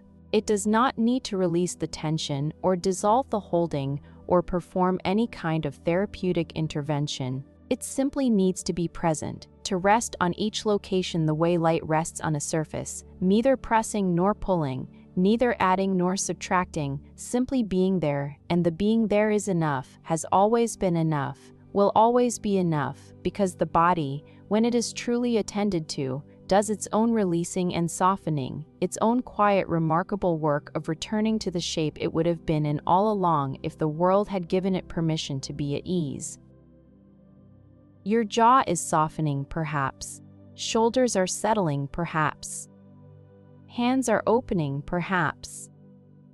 That word matters because perhaps is the body's natural pace, uncertain and tentative, testing each small change before committing to it, the way a person tests the temperature of water before stepping in. The body does not leap into relaxation. It inches toward it, checking at each increment whether the new position is safe, whether the new amount of softness is sustainable, whether the new openness will be met with acceptance or with some fresh demand. Each perhaps is enough. Each inch can be noticed and then released, because there is more body to visit and more tension to acknowledge, and the night is long, pace right, body doing exactly what it needs to do at exactly the speed it needs to do it. Somewhere during the day, your breathing changed. It happened without announcement or awareness, with no sense that a shift was taking place. One moment the breath was moving the way breath is supposed to move, deeply and easily, filling the lower chambers of the lungs and expanding the belly with each inhale. The next moment, or rather, at some unmarked point during the accumulation of the day's pressures, the breath migrated upward, retreating from the belly into the chest and from the chest into the throat, away from the expansive and generous breathing of a body at ease into the tight, shallow, barely there breathing of a body on guard. This upward migration is so common that most people do not realize it has happened. They go about their day breathing in this compressed, elevated way, taking in just enough air to sustain consciousness, but not enough to sustain comfort, and the body, starved of the full oxygen supply it was designed to receive, begins to signal its distress in the only ways it knows how, which are fatigue, anxiety, irritability, difficulty concentrating, and the vague but persistent sense that something is not quite right. These signals are routinely attributed to other causes: not enough sleep, too much coffee, the inherent stressfulness of modern life, and the breath itself is rarely investigated because it is so easy to overlook, so constant and so automatic that it becomes the last thing anyone thinks to check. But the breath is the body's most immediate expression of its emotional state, more immediate even than facial expression, because while a face can be composed, a breath cannot. The breath responds to the body's internal conditions with a fidelity that is almost embarrassing in its honesty. When the body feels safe, the breath deepens and slows, settling into the belly and expanding the ribcage with each exhale. When the body feels threatened, the breath tightens and accelerates, retreating into the upper chest and reducing its volume to minimize the movement of the torso. Because in the evolutionary logic of the body, a moving torso is a visible torso, and a visible torso is a vulnerable one. The body that is trying to be less visible breathes less visibly, and less visibly means less deeply, and less deeply means less nourished, and the cycle continues, the shallow breathing reinforcing the sense of threat that produced it, each inadequate breath confirming the nervous system's suspicion that the world is not safe enough to breathe fully. Right now, lying in the dark, the breath has an opportunity to return to its natural depth. Not because you are going to take a deep breath, not because you are going to perform any breathing exercise or count any ratio of inhale to exhale or engage any technique that has ever been printed on an inspirational poster. Techniques are fine in their context, but their context is not here, because techniques are things you do, and doing is what got the breath into trouble in the first place. The breath was borrowed from its natural state and conscripted into the service of the day's demands, compressed and controlled and managed until it forgot that it ever moved any other way. The restoration of the breath is not another act of management. It is the removal of management, the stepping back of the conscious mind from a process that the body has been handling on its own since the moment of birth. The breath knows how to breathe. This sounds obvious, and it is, but it is an obviousness that is routinely ignored by a mind that believes it must supervise everything, including the autonomic processes that have been running without supervision since long before the mind learned to think. The diaphragm, that dome of muscle that sits below the lungs and above the organs of the abdomen, knows its job. It has been doing its job with perfect reliability for every second of every minute of every hour of your life. It does not need instruction. It does not need correction. It does not need to be reminded to contract on the inhale, pulling the lungs downward and creating the negative pressure that draws air in, or to relax on the exhale, allowing the lungs to recoil and the air to flow out. This process happens on its own, and it happens well, and the best thing the conscious mind can do for the diaphragm right now is to get out of its way. Getting out of the way means, in practice, nothing. It means not taking control of the breath. It means not adjusting its rhythm. It means not deepening it intentionally or slowing it deliberately or performing any of the other interventions that the mind reflexively reaches for when it is told to pay attention to breathing. It means simply watching, observing the breath as it moves on its own, following its natural rhythm without trying to influence it, the way you might watch a leaf floating on the surface of a stream, curious about where it goes but not reaching in to redirect it. What happens when the breath is left alone, genuinely left alone, is that it begins to change on its own, not immediately, not dramatically, but gradually. Over the course of minutes, breath starts to find its way back toward its natural depth, as water finds its way back to its natural depth, and exhales lengthen by a fraction of a second, and exhales become slightly more complete. The belly, which has been held tight all day, begins to yield to the diaphragm's downward pressure, allowing the breath to occupy the lower portions of the torso that it has been locked out of since the morning. This yielding is not something you do. It is something the body does when it is no longer being asked to do anything else. The belly's yielding is a significant event, more significant than it might seem. The belly is the body's emotional center, the place where fear and anxiety and grief live in their physical forms, and a belly that has been held tight is a belly that has been keeping those emotions contained, compressed, managed, prevented from moving or expressing themselves fully. When the belly softens, the emotions that have been held there begin to move, not explosively, not overwhelmingly, but gently, the way water moves when a dam develops a small crack, a trickle at first, enough to relieve some of the pressure without creating a flood. This movement may be felt as a sigh or a yawn, a slight tremor in the abdomen, or simply as a general sense of settling, a downward shift in the body's center of gravity that creates a feeling of being more grounded, more present, more in contact with the surface beneath you. Let it happen. Whatever the belly does when it softens, let it do it. The movement is not dangerous. The emotions are not dangerous. They are simply stored energy looking for a path of expression, and the softening belly provides that path, allowing the energy to dissipate naturally, the way heat dissipates from a surface that has been in the sun all day, slowly, steadily, without incident. The breath is deepening, maybe in its own time. The diaphragm is doing its work without supervision, contracting and releasing with the rhythm that the body's chemistry demands, a rhythm that is changing as the chemistry changes, as the adrenaline of the day continues to metabolize and the cortisol levels begin their nightly decline. Moment after moment of uneventfulness translates into a slightly deeper breath and a slightly longer exhale, a more generous expansion of the rib cage.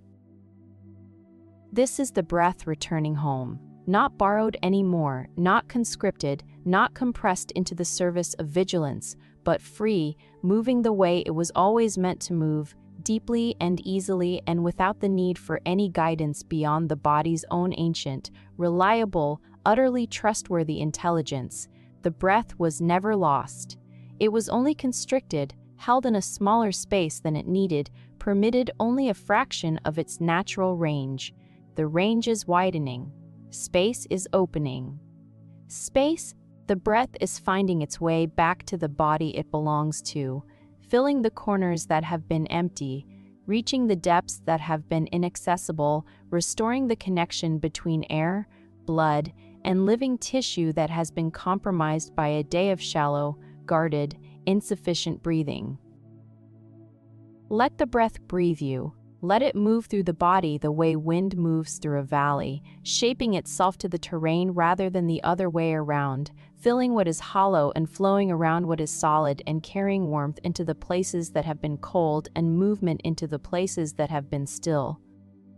The breath is not yours to control. It is yours to receive, as you receive the night, as you receive the silence that exists between one heartbeat and the next, that silence which is not empty but full, full of the body's quiet work, full of the blood's steady circulation, full of the life that continues without asking for permission or approval or any involvement from the mind that has been trying, all day, to manage what does not need managing. The breath is home. Let it stay. There is a state that the body was designed to spend most of its time in. It is called rest and digest, a phrase that sounds clinical but describes something profoundly simple, the state in which the body is not defending itself against anything but is instead doing the quiet, unglamorous, essential work of maintenance, repairing tissues, digesting food, consolidating memories, balancing chemistry, restoring what the day's expenditures depleted. In this state, heart rate slows and blood pressure decreases, muscles soften, the digestive system activates, and the breath deepens into the slow rhythmic pattern that characterizes a body that feels fundamentally safe in its environment. This state is not a luxury. It is a biological necessity, as essential to survival as the fight or flight response that gets so much more attention. Without adequate time and rest and digest, the body cannot repair itself. The immune system weakens and the digestive system falters. The brain loses its ability to consolidate learning and process emotion. Tissues that were stressed during the day do not get rebuilt, and chemistry disrupted by the day's hormonal surges does not get rebalanced. The body, in short, deteriorates, not from any disease or injury, but from the simple absence of the restorative state it was designed to return to every evening and inhabit through the night. The problem, for many people, is that the body has forgotten how to enter this state. not forgotten in the way that a person forgets a phone number, which implies that the information was once consciously held and has since been lost. Forgotten in a deeper sense, the way a muscle that has not been stretched in years forgets its full range of motion, pathways still present but unused, capacity still there but inaccessible because the body has spent so long in the opposite state that the opposite state has become its default. The nervous system, designed to toggle between alert and rest, has gotten stuck in the alert position, like a switch that has been held in one direction for so long that the spring mechanism has weakened and the switch can no longer return to center on its own. This is not a character flaw. It is not a failure of willpower or discipline or spiritual development. It is a physiological reality, the predictable result of living in a world that provides too many stimuli and too few signals of safety, a world in which the nervous system receives a steady stream of inputs that register as mildly threatening, not dangerous enough to trigger a full-blown fight or flight response, but threatening enough to prevent the system from standing down entirely. The result is a body that hovers in a gray zone between alert and rest, not quite in either state, burning energy on vigilance while failing to access the restorative processes that only become available when vigilance is fully released. You live in this gray zone. Most modern humans do. It is the zone of slightly elevated heart rate, slightly tight muscles, and a slightly heightened startle response. It is the zone of not quite sleeping and not quite waking, where rest does not restore and activity does not fully engage, where days end in exhaustion without having included the kind of focused effort that would make exhaustion feel earned. It is the zone of chronic tiredness, and the tiredness is not about how many hours were spent in bed, but about the quality of the state the body occupied while it was there. Tonight, lying in this dark room, the body has a chance to leave the gray zone, not permanently, not dramatically, not in a way that will transform the body's habitual patterns overnight. But for now, for this specific stretch of time between this moment and the moment sleep arrives, the conditions are aligned for something that the body has been craving without knowing how to ask for it, which is a genuine, unambiguous signal of safety, a signal clear enough and sustained enough for the nervous system to respond to.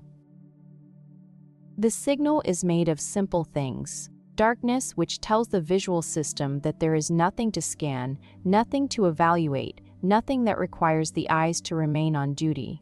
A horizontal position, which tells the vestibular system that balance is no longer something that needs to be maintained. Stillness, which tells the proprioceptive system that the muscles can stop tracking the body's position in space and begin to release their moment-to-moment adjustments. The quiet, which tells the auditory system that there is nothing to listen for, no voice requiring a response and no sound requiring interpretation. Each of these signals individually is a small piece of evidence. Together, they constitute a case, a body of evidence that the nervous system can consult as it decides whether to downgrade its alert status from the chronic amber that has been burning all day to something closer to the green that rest requires. The case is strong. The evidence is accumulating. Each passing moment adds another data point, another second of uneventfulness, another breath that was not interrupted, another heartbeat that was not accelerated by bad news. The nervous system is reviewing this evidence with the thoroughness and the skepticism it brings to all assessments of safety, checking each data point against the archive of past experiences, looking for reasons to doubt, reasons to maintain the alert, reasons to keep the amber light burning a little longer. In many people, on many nights, the nervous system finds enough reasons to doubt that the alert is maintained through the entire night, and the body sleeps, if it sleeps at all, in the gray zone rather than in the deep restorative green that it needs. But tonight, the conditions are different. Tonight, the evidence is being allowed to accumulate without interruption. Your phone is dark or growing darker, and the to-do list has been set aside, not completed but deferred, which is different from completed but good enough for the nervous system's purposes, because deferral is a decision, and decisions, even small ones, reduce the ambient load of unresolved items that the nervous system monitors. Your body is lying still, not because it was told to lie still, but because lying still is what it has chosen to do in this specific moment, and the nervous system, noting the voluntary nature of the stillness, assigns it more weight than it would assign to stillness that was imposed or performed. Slowly, the case builds, evidence mounting. The amber light is beginning to dim, not flickering off but losing intensity, fading from the bright, insistent amber of high alert toward the softer, warmer amber of lowered vigilance, a color that is still not green but is moving in that direction, changing shade by shade, like the sky at sunset, moving through a spectrum that has no sharp boundaries, each color bleeding into the next until the change that has been happening all along becomes suddenly, quietly, undeniably apparent.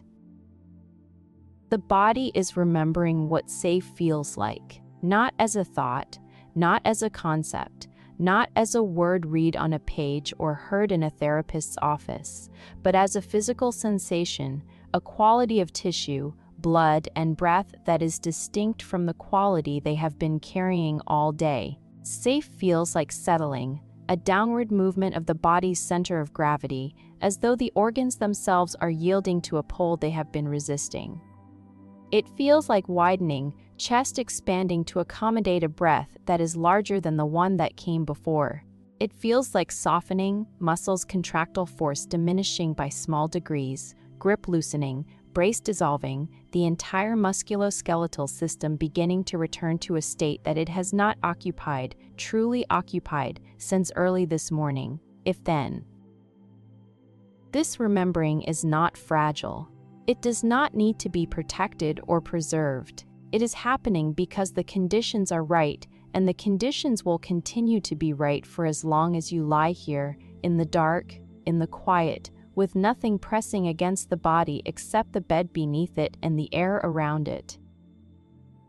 The body is not being asked to stay safe. It is being allowed to discover that safety is already present, was present before the discovery, was present before the question was asked, waiting in the room like a piece of furniture that the body walked past 100 times without seeing because the eyes were fixed on something else, something more urgent, something that seemed to require attention more than a chair in the corner of a quiet room. The chair is there, and so is the safety. Your body is beginning to sit down in it, tentatively at first, testing the seat, checking the stability, making sure it will hold. It will hold. It has always held. The rest is not precarious. It is not a gift that can be revoked. It is a state that the body was built to return to, as natural as sleep, as reliable as gravity, as available as the air that is filling the lungs right now. This breath, and this breath, and this breath, each one a little deeper than the last, each one carrying the body a little further from the gray zone and a little closer to the green, the deep, restorative, beautiful green that the body has been missing, and that the body is, slowly, moment by moment, breath by beginning, at last, to find again. You do not need to solve the tension tonight. This may seem like an obvious thing to say, but it is not obvious to the part of you that approaches every problem as something to be fixed and every discomfort as something to be eliminated, another imperfection treated as a task to be added to the list and worked through with the same methodical determination that you bring to everything else in your life. That part of you has been running the show for a very long time, and it has accomplished a great deal, and it is very tired, and tonight, it is being asked, gently, to take the night off. The tension in your body is not a problem to be solved. It is a condition to be acknowledged. The way weather is a condition that is acknowledged by the farmer who looks at the sky and adjusts plans accordingly, not fighting the rain or arguing with the wind, but simply noting what is happening and responding with what is available. The tension is what is happening. It has been happening for a long time. It will not be resolved in a single night of lying in the dark, and the attempt to resolve it, all that efforting and trying, the desperate application of technique is often the very thing that perpetuates it, because the body that is trying to relax is a body that is expending effort, and effort is the opposite of what the tight muscles need. What the tight muscles need is permission, not instruction, not correction, not the well-meaning but ultimately counterproductive guidance of a mind that thinks it knows what the body should be doing. Permission is different from all of these things. It says, you can stay tight if you need to. It says, I am not going to force you to change. It says, whatever you are doing right now, whatever holding pattern you are maintaining, it is okay, it is accepted, it is not being judged or timed or measured against some ideal of how a body should feel when it is lying in bed at this hour. This kind of permission is rare. The body almost never receives it. Instead, it receives instructions, whether from the conscious mind or from the culture at large, about how it should be performing at any given moment. Stand up straight. Relax your shoulders. Breathe deeply. Smile more. Exercise more. Sleep better. The instructions are endless, and they are all, in their own way, a form of demand, another thing the body must do in order to meet a standard that exists outside of itself. Even the instruction to relax is a demand, perhaps the most paradoxical demand of all, because relaxation by definition cannot be demanded. It can only be permitted, and permission, by definition, includes the option to decline. So here is the permission, offered without condition and without expiration. Your jaw can stay clenched if it needs to, and your shoulders can stay elevated if they are not ready to descend. The belly can stay tight if the softening feels like too much right now, and the hands can stay curled if the opening feels premature. None of these things are required to change tonight. None of them are failing by remaining as they are. The body is allowed to be exactly as it is, in this moment, with all of its tension and all of its holding and all of its accumulated evidence that the world is a place where one must be ready for anything at all times. Something interesting happens when this permission is truly received by the body, when the body understands, not in theory, but in the felt sense of its own tissues, that no change is being required. What happens is that the body changes, not because it was told to, not because the permission was a clever trick designed to produce change by appearing not to demand it, but because the body's tension is maintained, in part, by the effort of resisting the mind's constant attempts to fix it. When the mind stops trying to fix the tension loses one of the forces that has been sustaining it, and without that force, it begins to diminish, the way a campfire diminishes when one of its logs is removed, not extinguished but reduced, flames smaller, heat less intense, the whole configuration shifting towards something quieter. This is not a paradox, though it may seem like one. It is simply the way living systems work. A muscle that is being commanded to relax contracts harder because the command is experienced as a demand, and demands produce tension. A muscle that is given permission to stay contracted begins to release, because the permission removes the demand, and the absence of demand creates the conditions in which release can occur naturally. The body does not need to be coerced into softness. It needs to be freed from the coercion that has been preventing softness all along. Right now, in this dark room, the coercion is being lifted, not by any dramatic act of will, but by the simple, quiet decision to stop trying. Stop trying to relax or let go. Stop trying to breathe more deeply or fall asleep faster or achieve any state other than the state you are currently in. This current state is sufficient. This level of tension is acceptable. This depth of breath is fine. This degree of wakefulness is permitted. Nothing needs to change, and in the space created by that permission, everything that needs to change will change on its own, at its own pace, in its own time, without requiring supervision or encouragement or any further involvement from the part of you that has been trying so hard for so long to make the body behave. Trying is over for tonight. Fixing is suspended, optimizing on hold. What remains is the body as it is. A body that has been through a day and is carrying what the day deposited, lying in the dark with a voice moving through the room and nothing else happening, Nothing at all, just this, breathing in weight and warmth and the slow, imperceptible, utterly natural process of a living organism settling into the rest it has earned simply by being alive for another day. You have earned this, not through productivity or achievement or any of the metrics by which the day measures worthiness. You have earned this by existing, by spending a day being a person in a world that is not always easy to be a person in, by carrying what needed to be carried and putting one foot in front of the other and arriving here, at this hour, in this room, with a body that is still functioning, still breathing, still holding itself together, even though holding itself together is exactly the thing it needs to stop doing. You have earned the right to unclench. Not because you did something to deserve it, but because unclenching is not a reward. It is a birthright, the body's fundamental entitlement to its own rest, an entitlement that exists regardless of how the day was spent and regardless of whether the day felt like a success or a failure, or the vast, ambiguous middle ground where most days actually live. The unclenching may have already begun. You may not have noticed it, because unclenching, when it happens naturally, does not announce itself with fanfare or sensation. It happens the way night falls, gradually, imperceptibly, each moment fractionally different from the one before, the change visible only in retrospect, when the difference between then and now has accumulated enough to become apparent. Your jaw may be slightly softer than it was at the beginning of this chapter. Shoulders may have settled a millimeter closer to the bed. The breath may have found half a centimeter of additional space in the belly. These are small changes.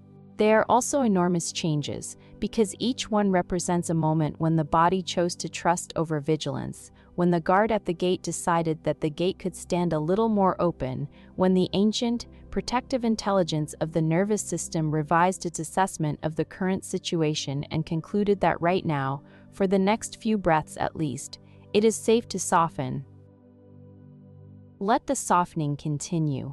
Let it move through the body at whatever pace the body sets, arriving where it will, releasing what it can, leaving what it must, and let the whole process be as unremarkable and as profound as the turning of the earth, which happens constantly and without effort and without anyone's permission, and which carries everything, each body, each tension, each held breath, gently and inexorably toward the morning that is still hours away and that does not need to be worried about.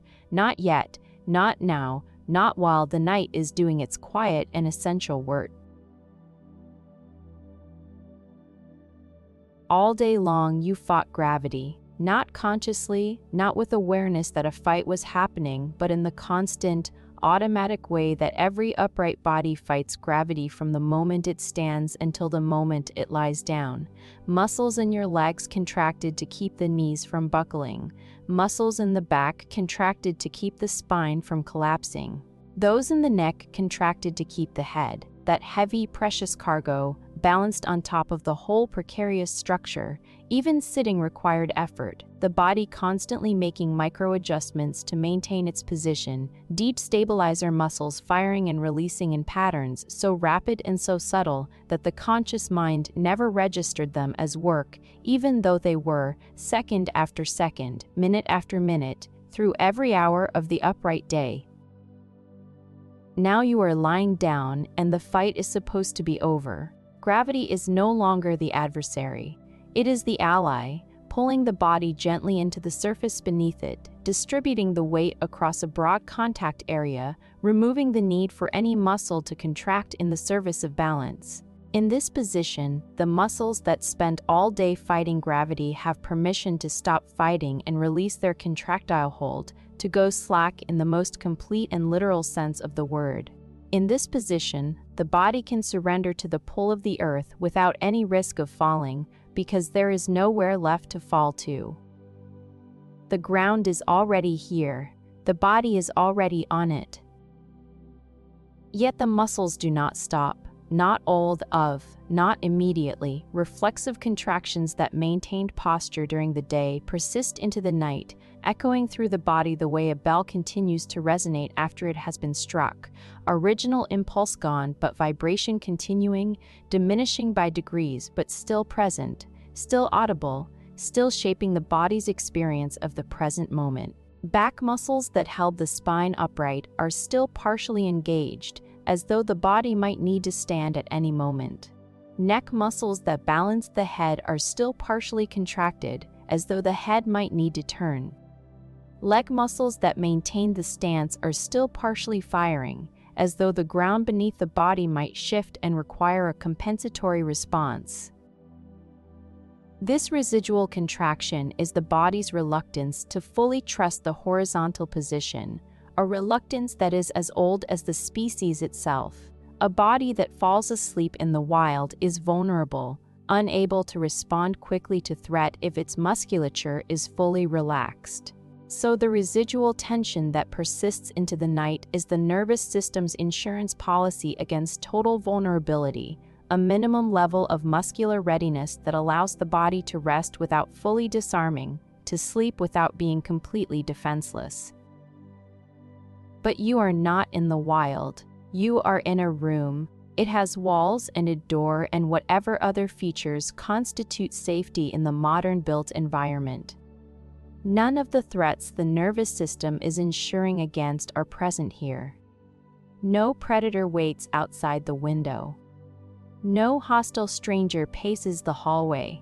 The insurance policy, however sensible it may be in theory, is being written against risks that do not exist in this particular location on this particular night, and the premiums, which are paid in muscular tension and interrupted rest, are costing more than the policy is worth.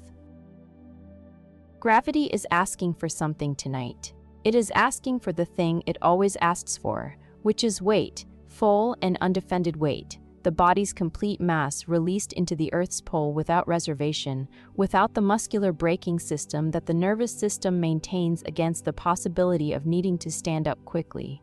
Gravity is patient about this request. It makes it every night, and most nights, the request is only partially granted, body releasing enough weight to sleep but not enough to rest completely, muscles maintaining their insurance premiums, the nervous system keeping its minimum viable defense operational through the hours of darkness. Tonight, the request can be granted a little more fully, not completely perhaps, not with the total abandon of a body that has no history of vigilance and no reason to maintain its guard, but a little more, a few percentage points of additional surrender, a few more muscle fibers released from duty, another region or two of the body given permission to stop fighting the very force that is trying to help them rest. Gravity does not need to be overcome when the body is horizontal. It needs to be joined as a swimmer joins a current, yielding to the downward pull of a world that has been catching falling things since long before any of those things were alive.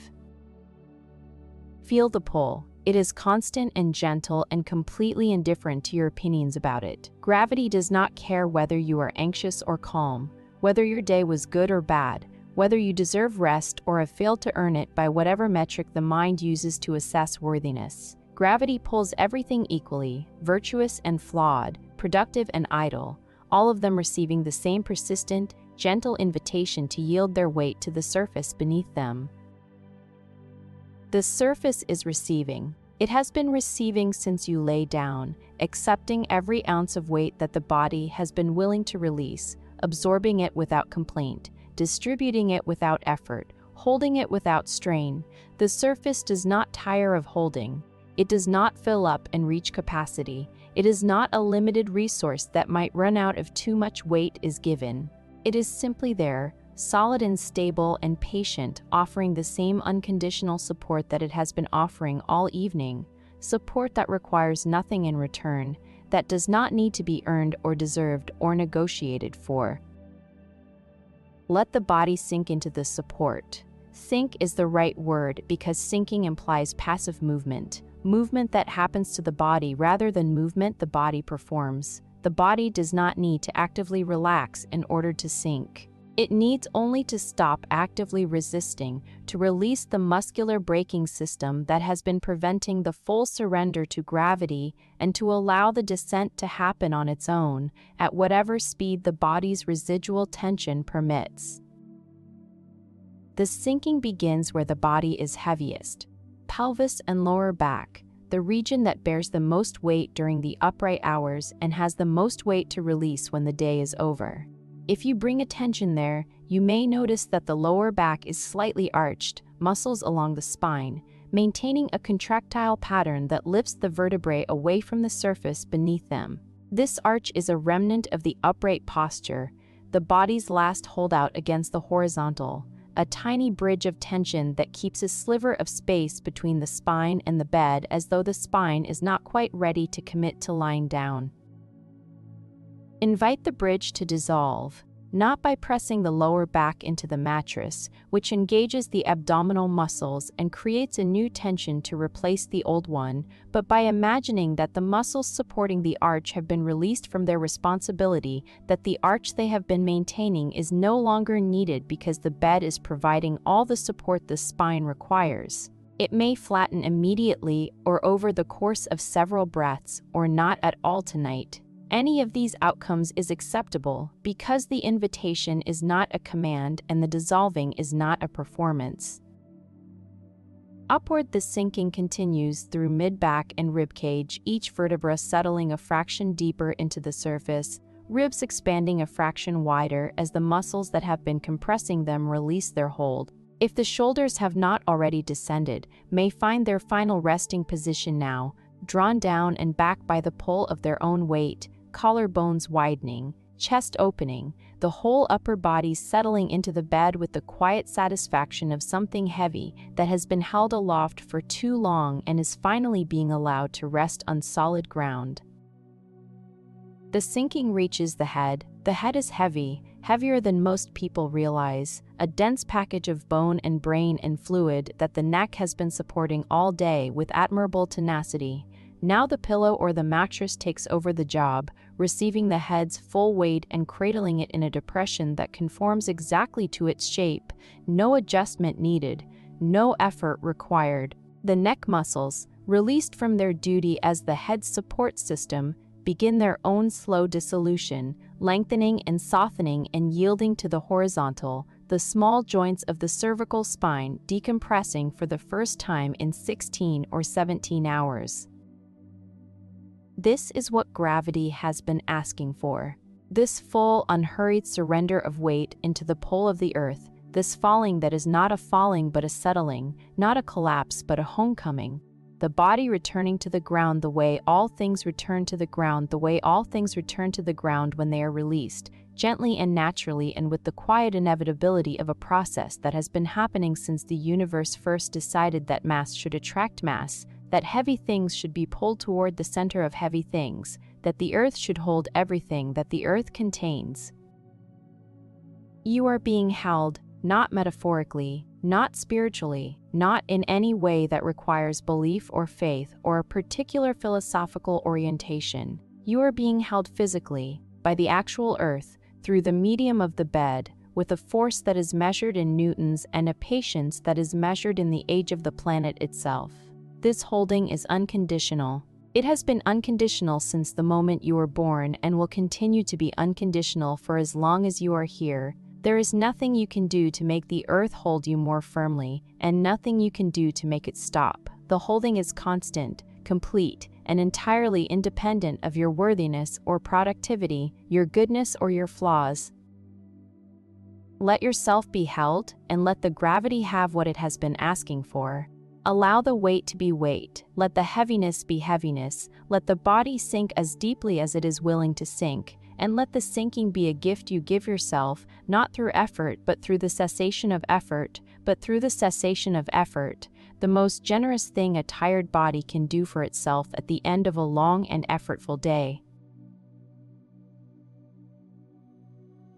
Something is changing in the body. It has been changing for a while now, gradually and without announcement, the way the color of the sky changes during the last hour before dark, so slowly that no single moment can be identified as the moment the change occurred, the transition happening not in steps, but in a continuous, imperceptible flow that is only recognizable in hindsight, when the difference between where things were and where things are has become too large to ignore.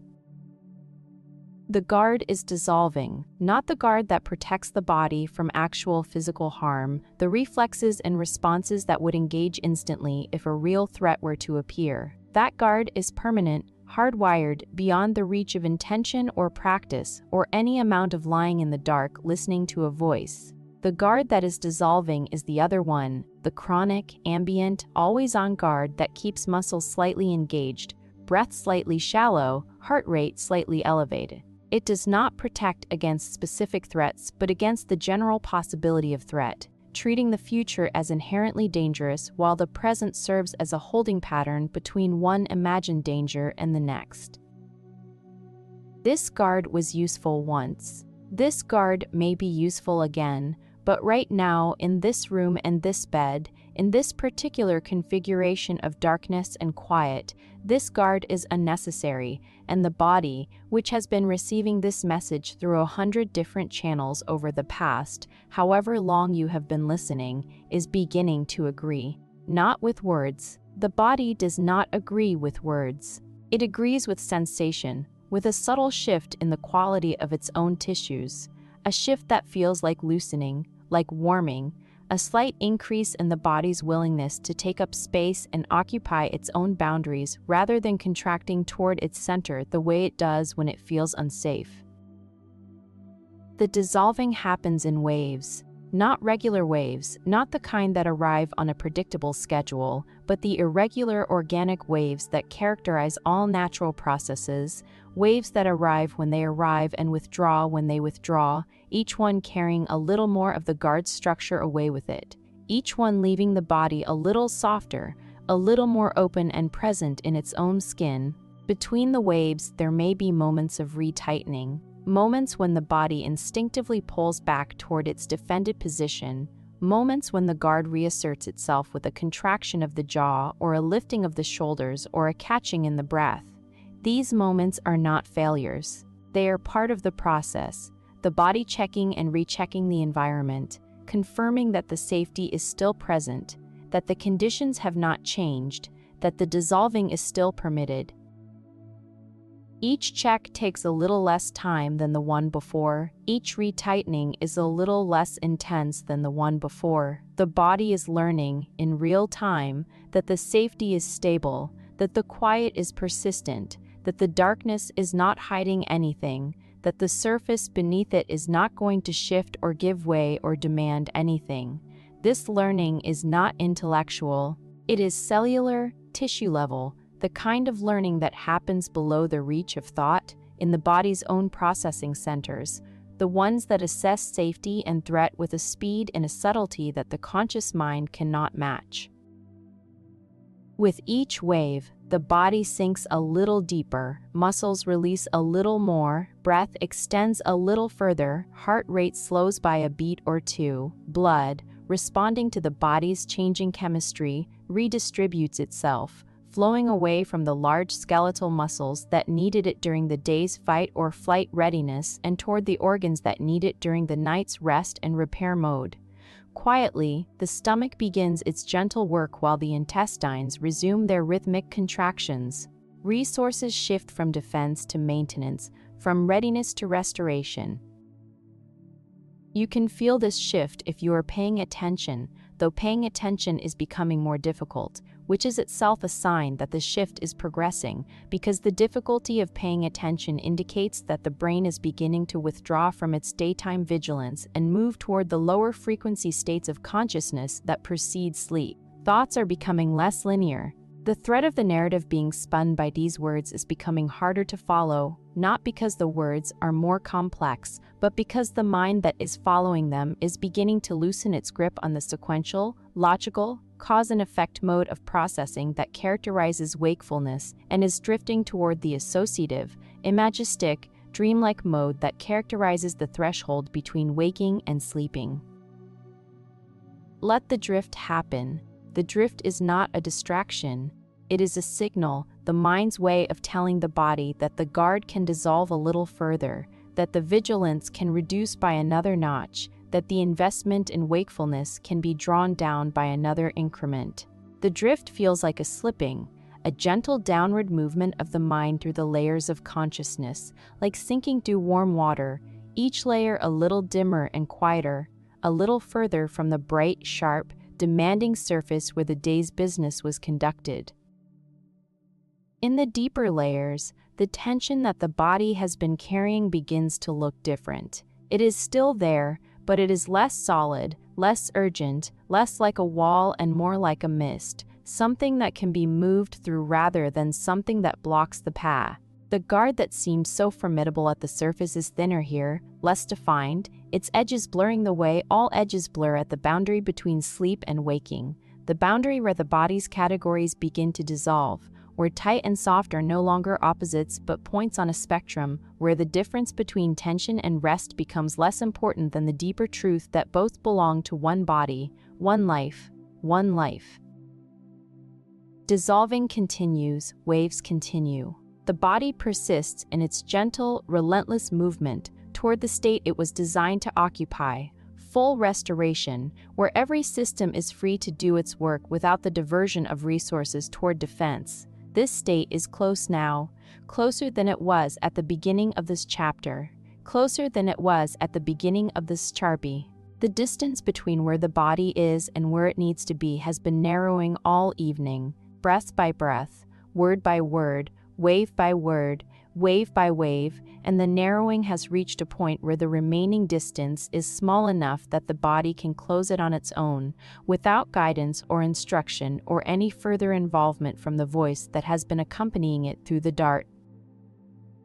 The guard is almost dissolved, not gone, never gone, but thin to a transparency that allows the body's natural restfulness to show through.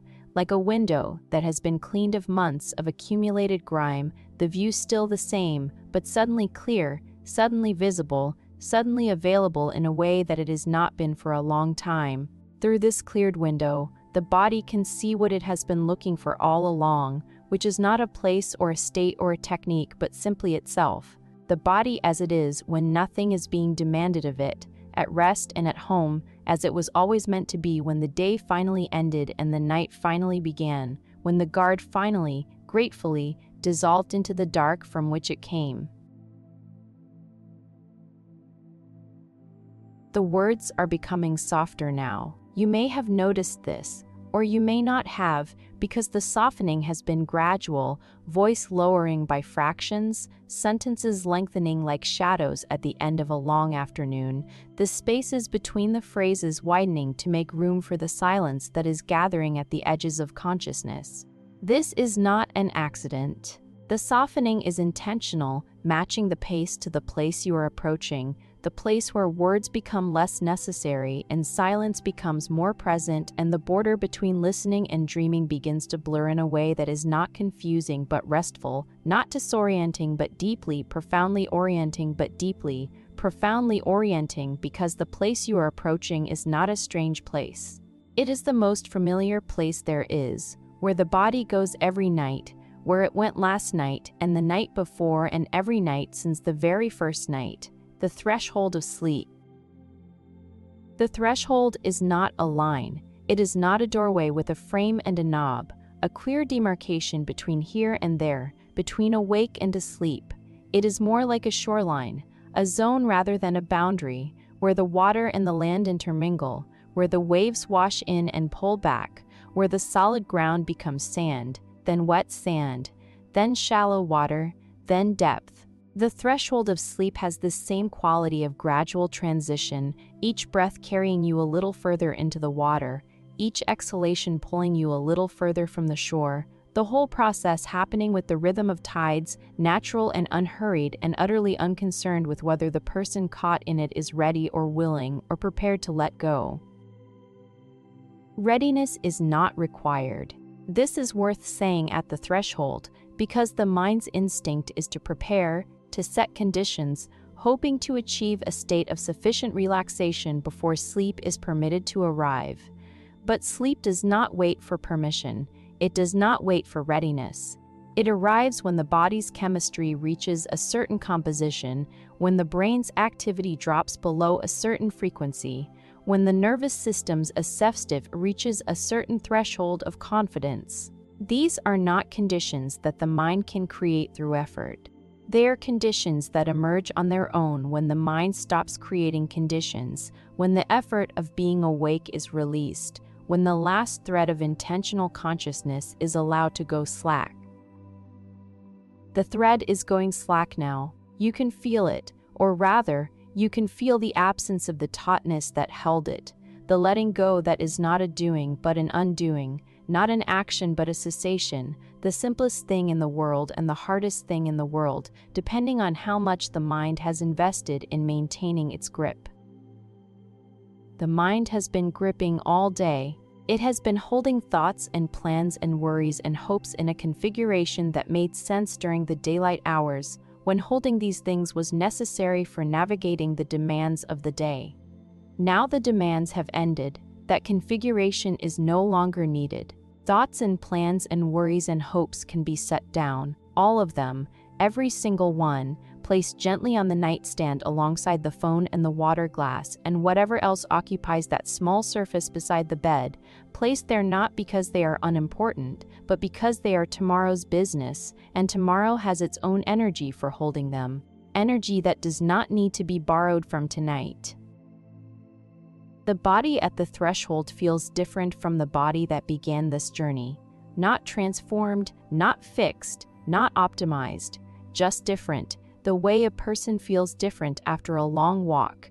Not because the walk changed them, but because the walking itself was a process that left its mark, a softening of edges and settling of weight, quiet recalibration of the relationship between the person and the ground they walk on. The tension that was present at the beginning of the story is still present, or some of it is, but it has a different quality now, softer, less insistent, more like a memory of tension than the tension itself, the echo of a chord that was struck hours ago and has been diminishing ever since, still audible if you listen closely but no longer dominant, no longer defining the body's experience of this moment. The body at the threshold is heavier than it was. Heavier in a good way, in the way that means the muscles have released some of their contractile energy and the bones have settled deeper into the surface beneath them. This heaviness is not the heaviness of exhaustion, though exhaustion is part of it. It is the heaviness of surrender, the weight of a body that has stopped trying to hold itself up and has allowed itself to be held by something else entirely. Bed, earth, night, all of which have been offering to hold the body since it first lay down, and all of which are now, at the threshold, finally being taken up on the offer. The breath at the threshold is different too. Slower, deeper, moving through the body with a languor that the daytime breath could not afford. Each inhale is a long, slow draw that fills the lower chambers of the lungs, expands the belly, and reaches into the deep interior of the body with a warmth that feels like being filled from the inside. Each exhale is a long, slow release that carries the last residues of the day's tension out of the body and into the room, where they dissolve into the darkness and become nothing, indistinguishable from the air itself. The thoughts at the threshold are different too. They have lost their edges and precision, their insistence on making sense. They drift rather than march, associate rather than argue, arriving from unexpected directions and departing without resolution, each one a small, luminous fragment of the mind's daily processing, released from its usual context and floating freely in the space between waking and sleeping. These drifting thoughts are not a problem. They are the mind's way of letting go, releasing the tight, organized structure of daytime consciousness and allowing the raw material of thought to settle into its natural, unstructured state, the state from which dreams are made. You are very close now, close to the place where the voice becomes unnecessary, where the words become sounds, where the sounds become textures, and the textures become part of the landscape of a mind that is no longer sorting the world into categories, but is instead dissolving all categories into the warm, undifferentiated awareness that precedes sleep. This awareness is not nothing. It is not unconsciousness. It is a different kind of consciousness, wider and less focused, a consciousness that includes body, breath, dark, warmth, weight, silence, all of it held in a single, borderless field of awareness that does not need to organize anything or understand anything or do anything at all. The threshold is here. It has been approaching with each breath, each word, each slow and gentle sentence, narrowing the gap between wakefulness and sleep until barely a breath separates the two. The crossing does not require a decision. It does not require a moment of letting go, because the letting go has been happening all along, incrementally, continuously, each breath releasing a little more, each moment surrendering a little more, the whole process converging toward this point, this threshold, this place where the last thread of waking consciousness can go slack and the body can finally, completely, without reservation, enter the rest it has been approaching all evening. Let the crossing happen. Let it happen the way it always happens, not with a dramatic surrender but with a quiet fading, the way a sound fades and a light dims, lost thoughts dissolving into first images of the night. This crossing is not an ending but a beginning, restoration and repair and the quiet, patient undoing of everything the day wound tight. This work happens in the dark and silence, in the profound privacy of sleep, where no one is watching and nothing is required and the body is free, at last, to do what it does best, which is heal. This is where the story quiets to almost nothing, not because there is nothing left to say, but because the body has moved past the place where words do useful work, past the threshold where language means something more than sound, into the territory where the only thing that matters is the weight of the body against the bed, the rhythm of the breath, and the slow, deep, unbothered work of a living system restoring itself in the dark. The tension you had forgotten you were carrying has not vanished. It has not been cured or eliminated or transcended through some act of nighttime alchemy. What has happened is quieter than that, more honest, more real. The tension has been noticed. It has been acknowledged. It has been spoken to, not with commands or corrections, but with the kind of patient attention that the body so rarely receives, the kind that does not need to fix what it finds but is content to simply find it and sit with it, letting it be what it is while the conditions around it slowly shift towards something softer. Some of the tension may have released during these hours. Your jaw may be softer, shoulders lower, hands open. The breath may be deeper, moving through the belly with an ease that was not available an hour ago. These changes are real. They are not dramatic, but they are real, and they add up, the way small deposits add up in an account that is rarely checked, accumulating quietly until the balance is surprisingly different from what was expected. Some of the tension remains. It will remain through the night, perhaps, the deeper layers untouched by a single evening's attention, the oldest patterns unchanged by a single conversation with the dark. That is fine. The tension that remains is not a failure. It is simply the part that needs more time, more nights, more slow and patient accumulation of safety before it is ready to yield. The body does not release its armor all at once. It releases in layers, each layer requiring its own persuasion and evidence, its own accumulation of moments in which nothing bad happened and the guard could be dissolved without consequence. Tonight was one of those moments. Tonight was one layer.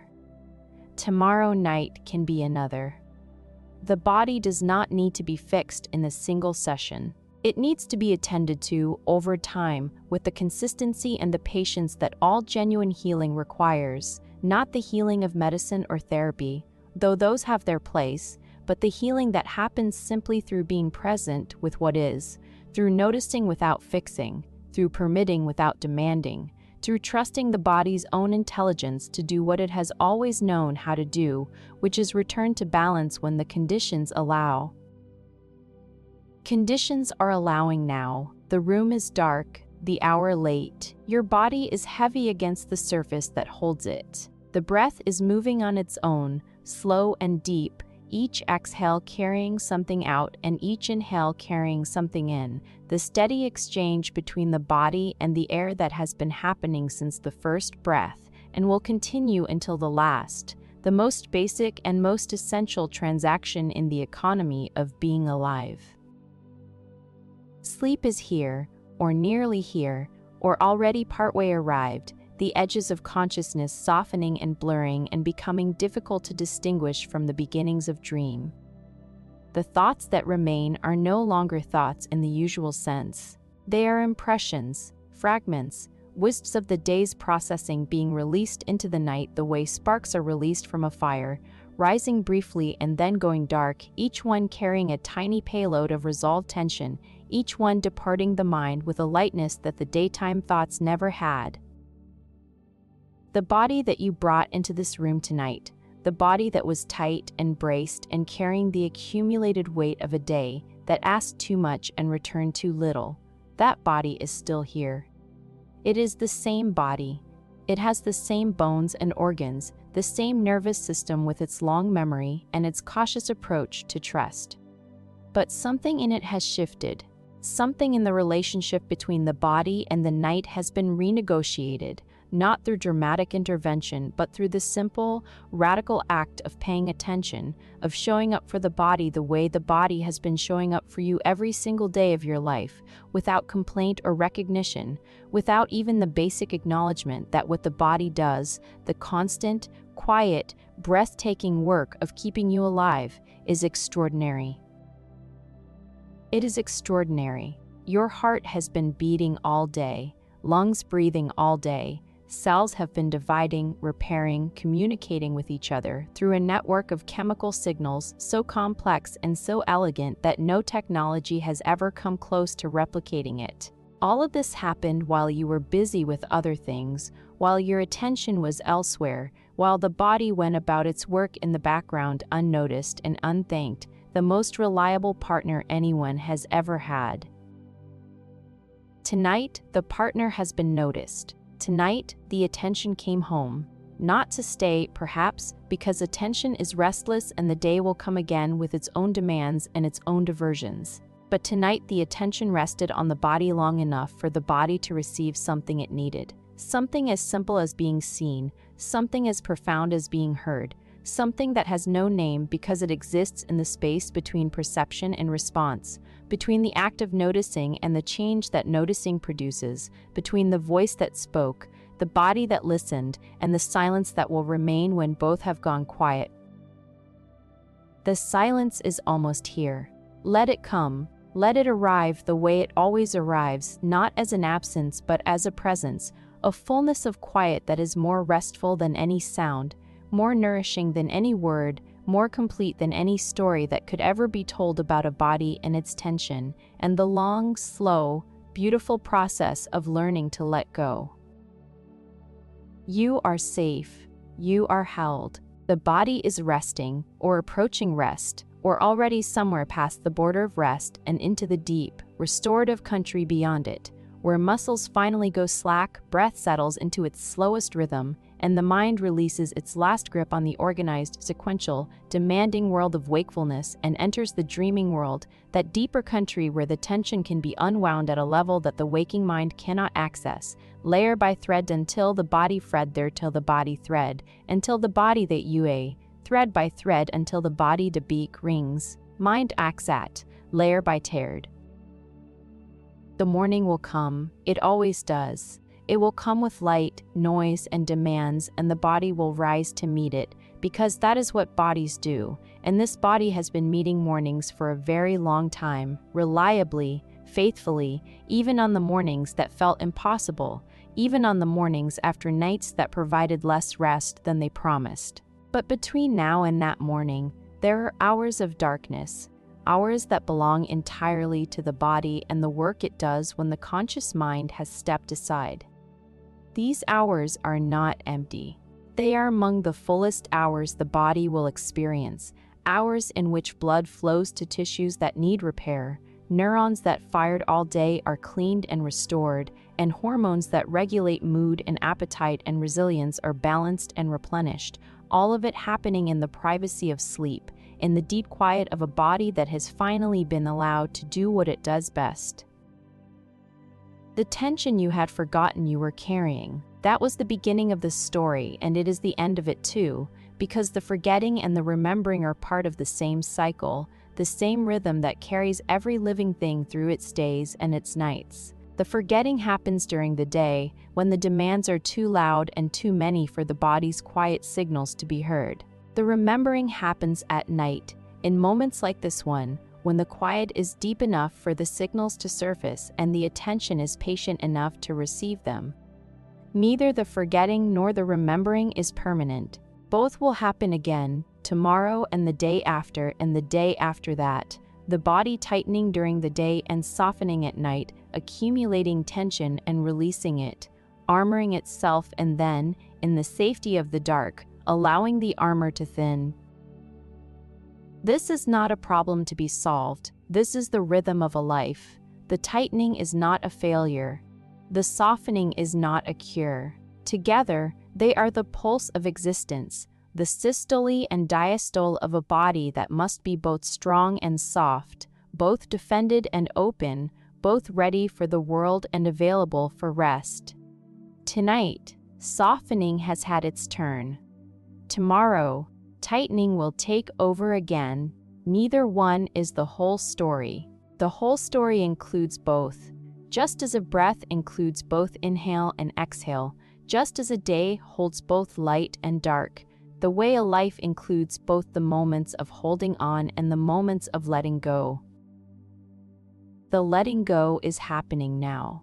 It has been happening for a while, so gradually that it cannot be separated from the passage of time itself, body softening woven into night's deepening, both processes indistinguishable from one another, moving together toward the same destination, which is not a place but a state, not a destination but a dissolving, the dissolving of the boundary between the body and the rest it has been craving, between the tension and the ease that exists beneath it, between the waking world and the dreaming world that has been waiting at the threshold all evening, patient as the earth, steady as the dark, ready to perdio.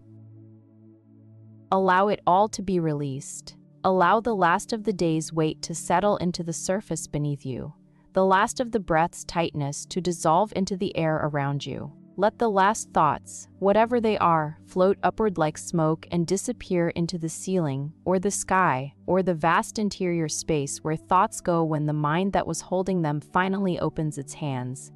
Nothing needs to be held anymore. Nothing needs to be remembered or planned or worried about or solved. The night will hold it all, the way the night holds everything, gently and impersonally and with the infinite patience of something that has been doing this same work since the first body lay down in the first darkness and discovered that the letting go was not the end of anything. It was the beginning of rest. It was the beginning of restoration. It was the beginning of the body's oldest and most essential work, the work that happens only in the absence of effort, only in the presence of trust, only in the deep and boundless dark where nothing is required and everything is possible, and the tension that was carried all day can finally, softly, gratefully, be set down. It is being set down now. Can you feel it? Perhaps you can. Perhaps you are already past the place where feeling operates in its usual way, already drifting in the warm space between one world and another, already half dissolved into the sleep that has been gathering around the edges of consciousness for all these chapters, each word bringing it a little closer, each silence deepening its hold, each breath carrying you a little further from the shore and into the warm and quiet water where the body goes to heal.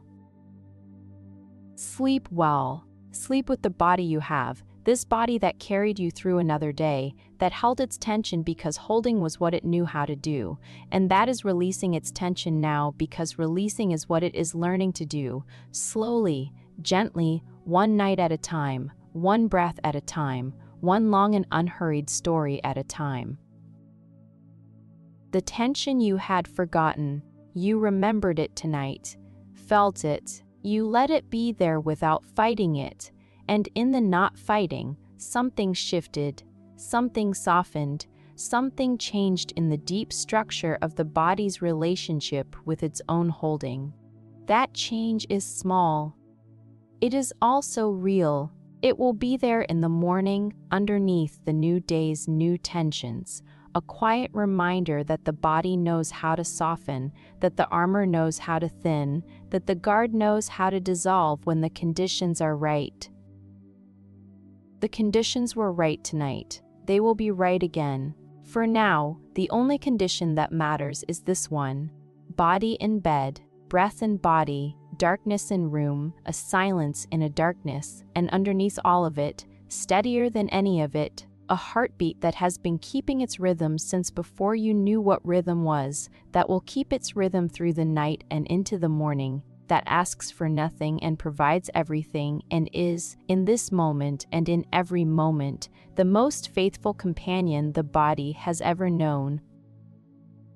Rest now, with whatever tension remains and whatever softness has arrived. Rest with the breath that breathes itself and the heart that beats itself, with the body that holds itself together even in sleep, even in the deepest unconsciousness, even in the most complete letting go. The body does not stop working when you stop trying. It continues, quiet and constant and infinitely reliable, doing what it has always done, which is keep you alive, keep you whole, keep you here in this world that needs you, even when the world forgets to say so, even when the world forgets to be gentle, even when the body forgets that it is safe. It remembers now. It will forget again. It will remember again. That is the rhythm, and the pulse, and the life, and the life, and the life is enough. And the rest that is arriving now, in this final, fading, dissolving moment of wakefulness, is enough. Nothing more needs to be said. The voice can go quiet now, words can stop. The silence that takes their place is not empty, but full of everything the words were pointing toward: rest, ease, safety, the deep and abiding trust between a body and the night that holds it. That trust does not need words.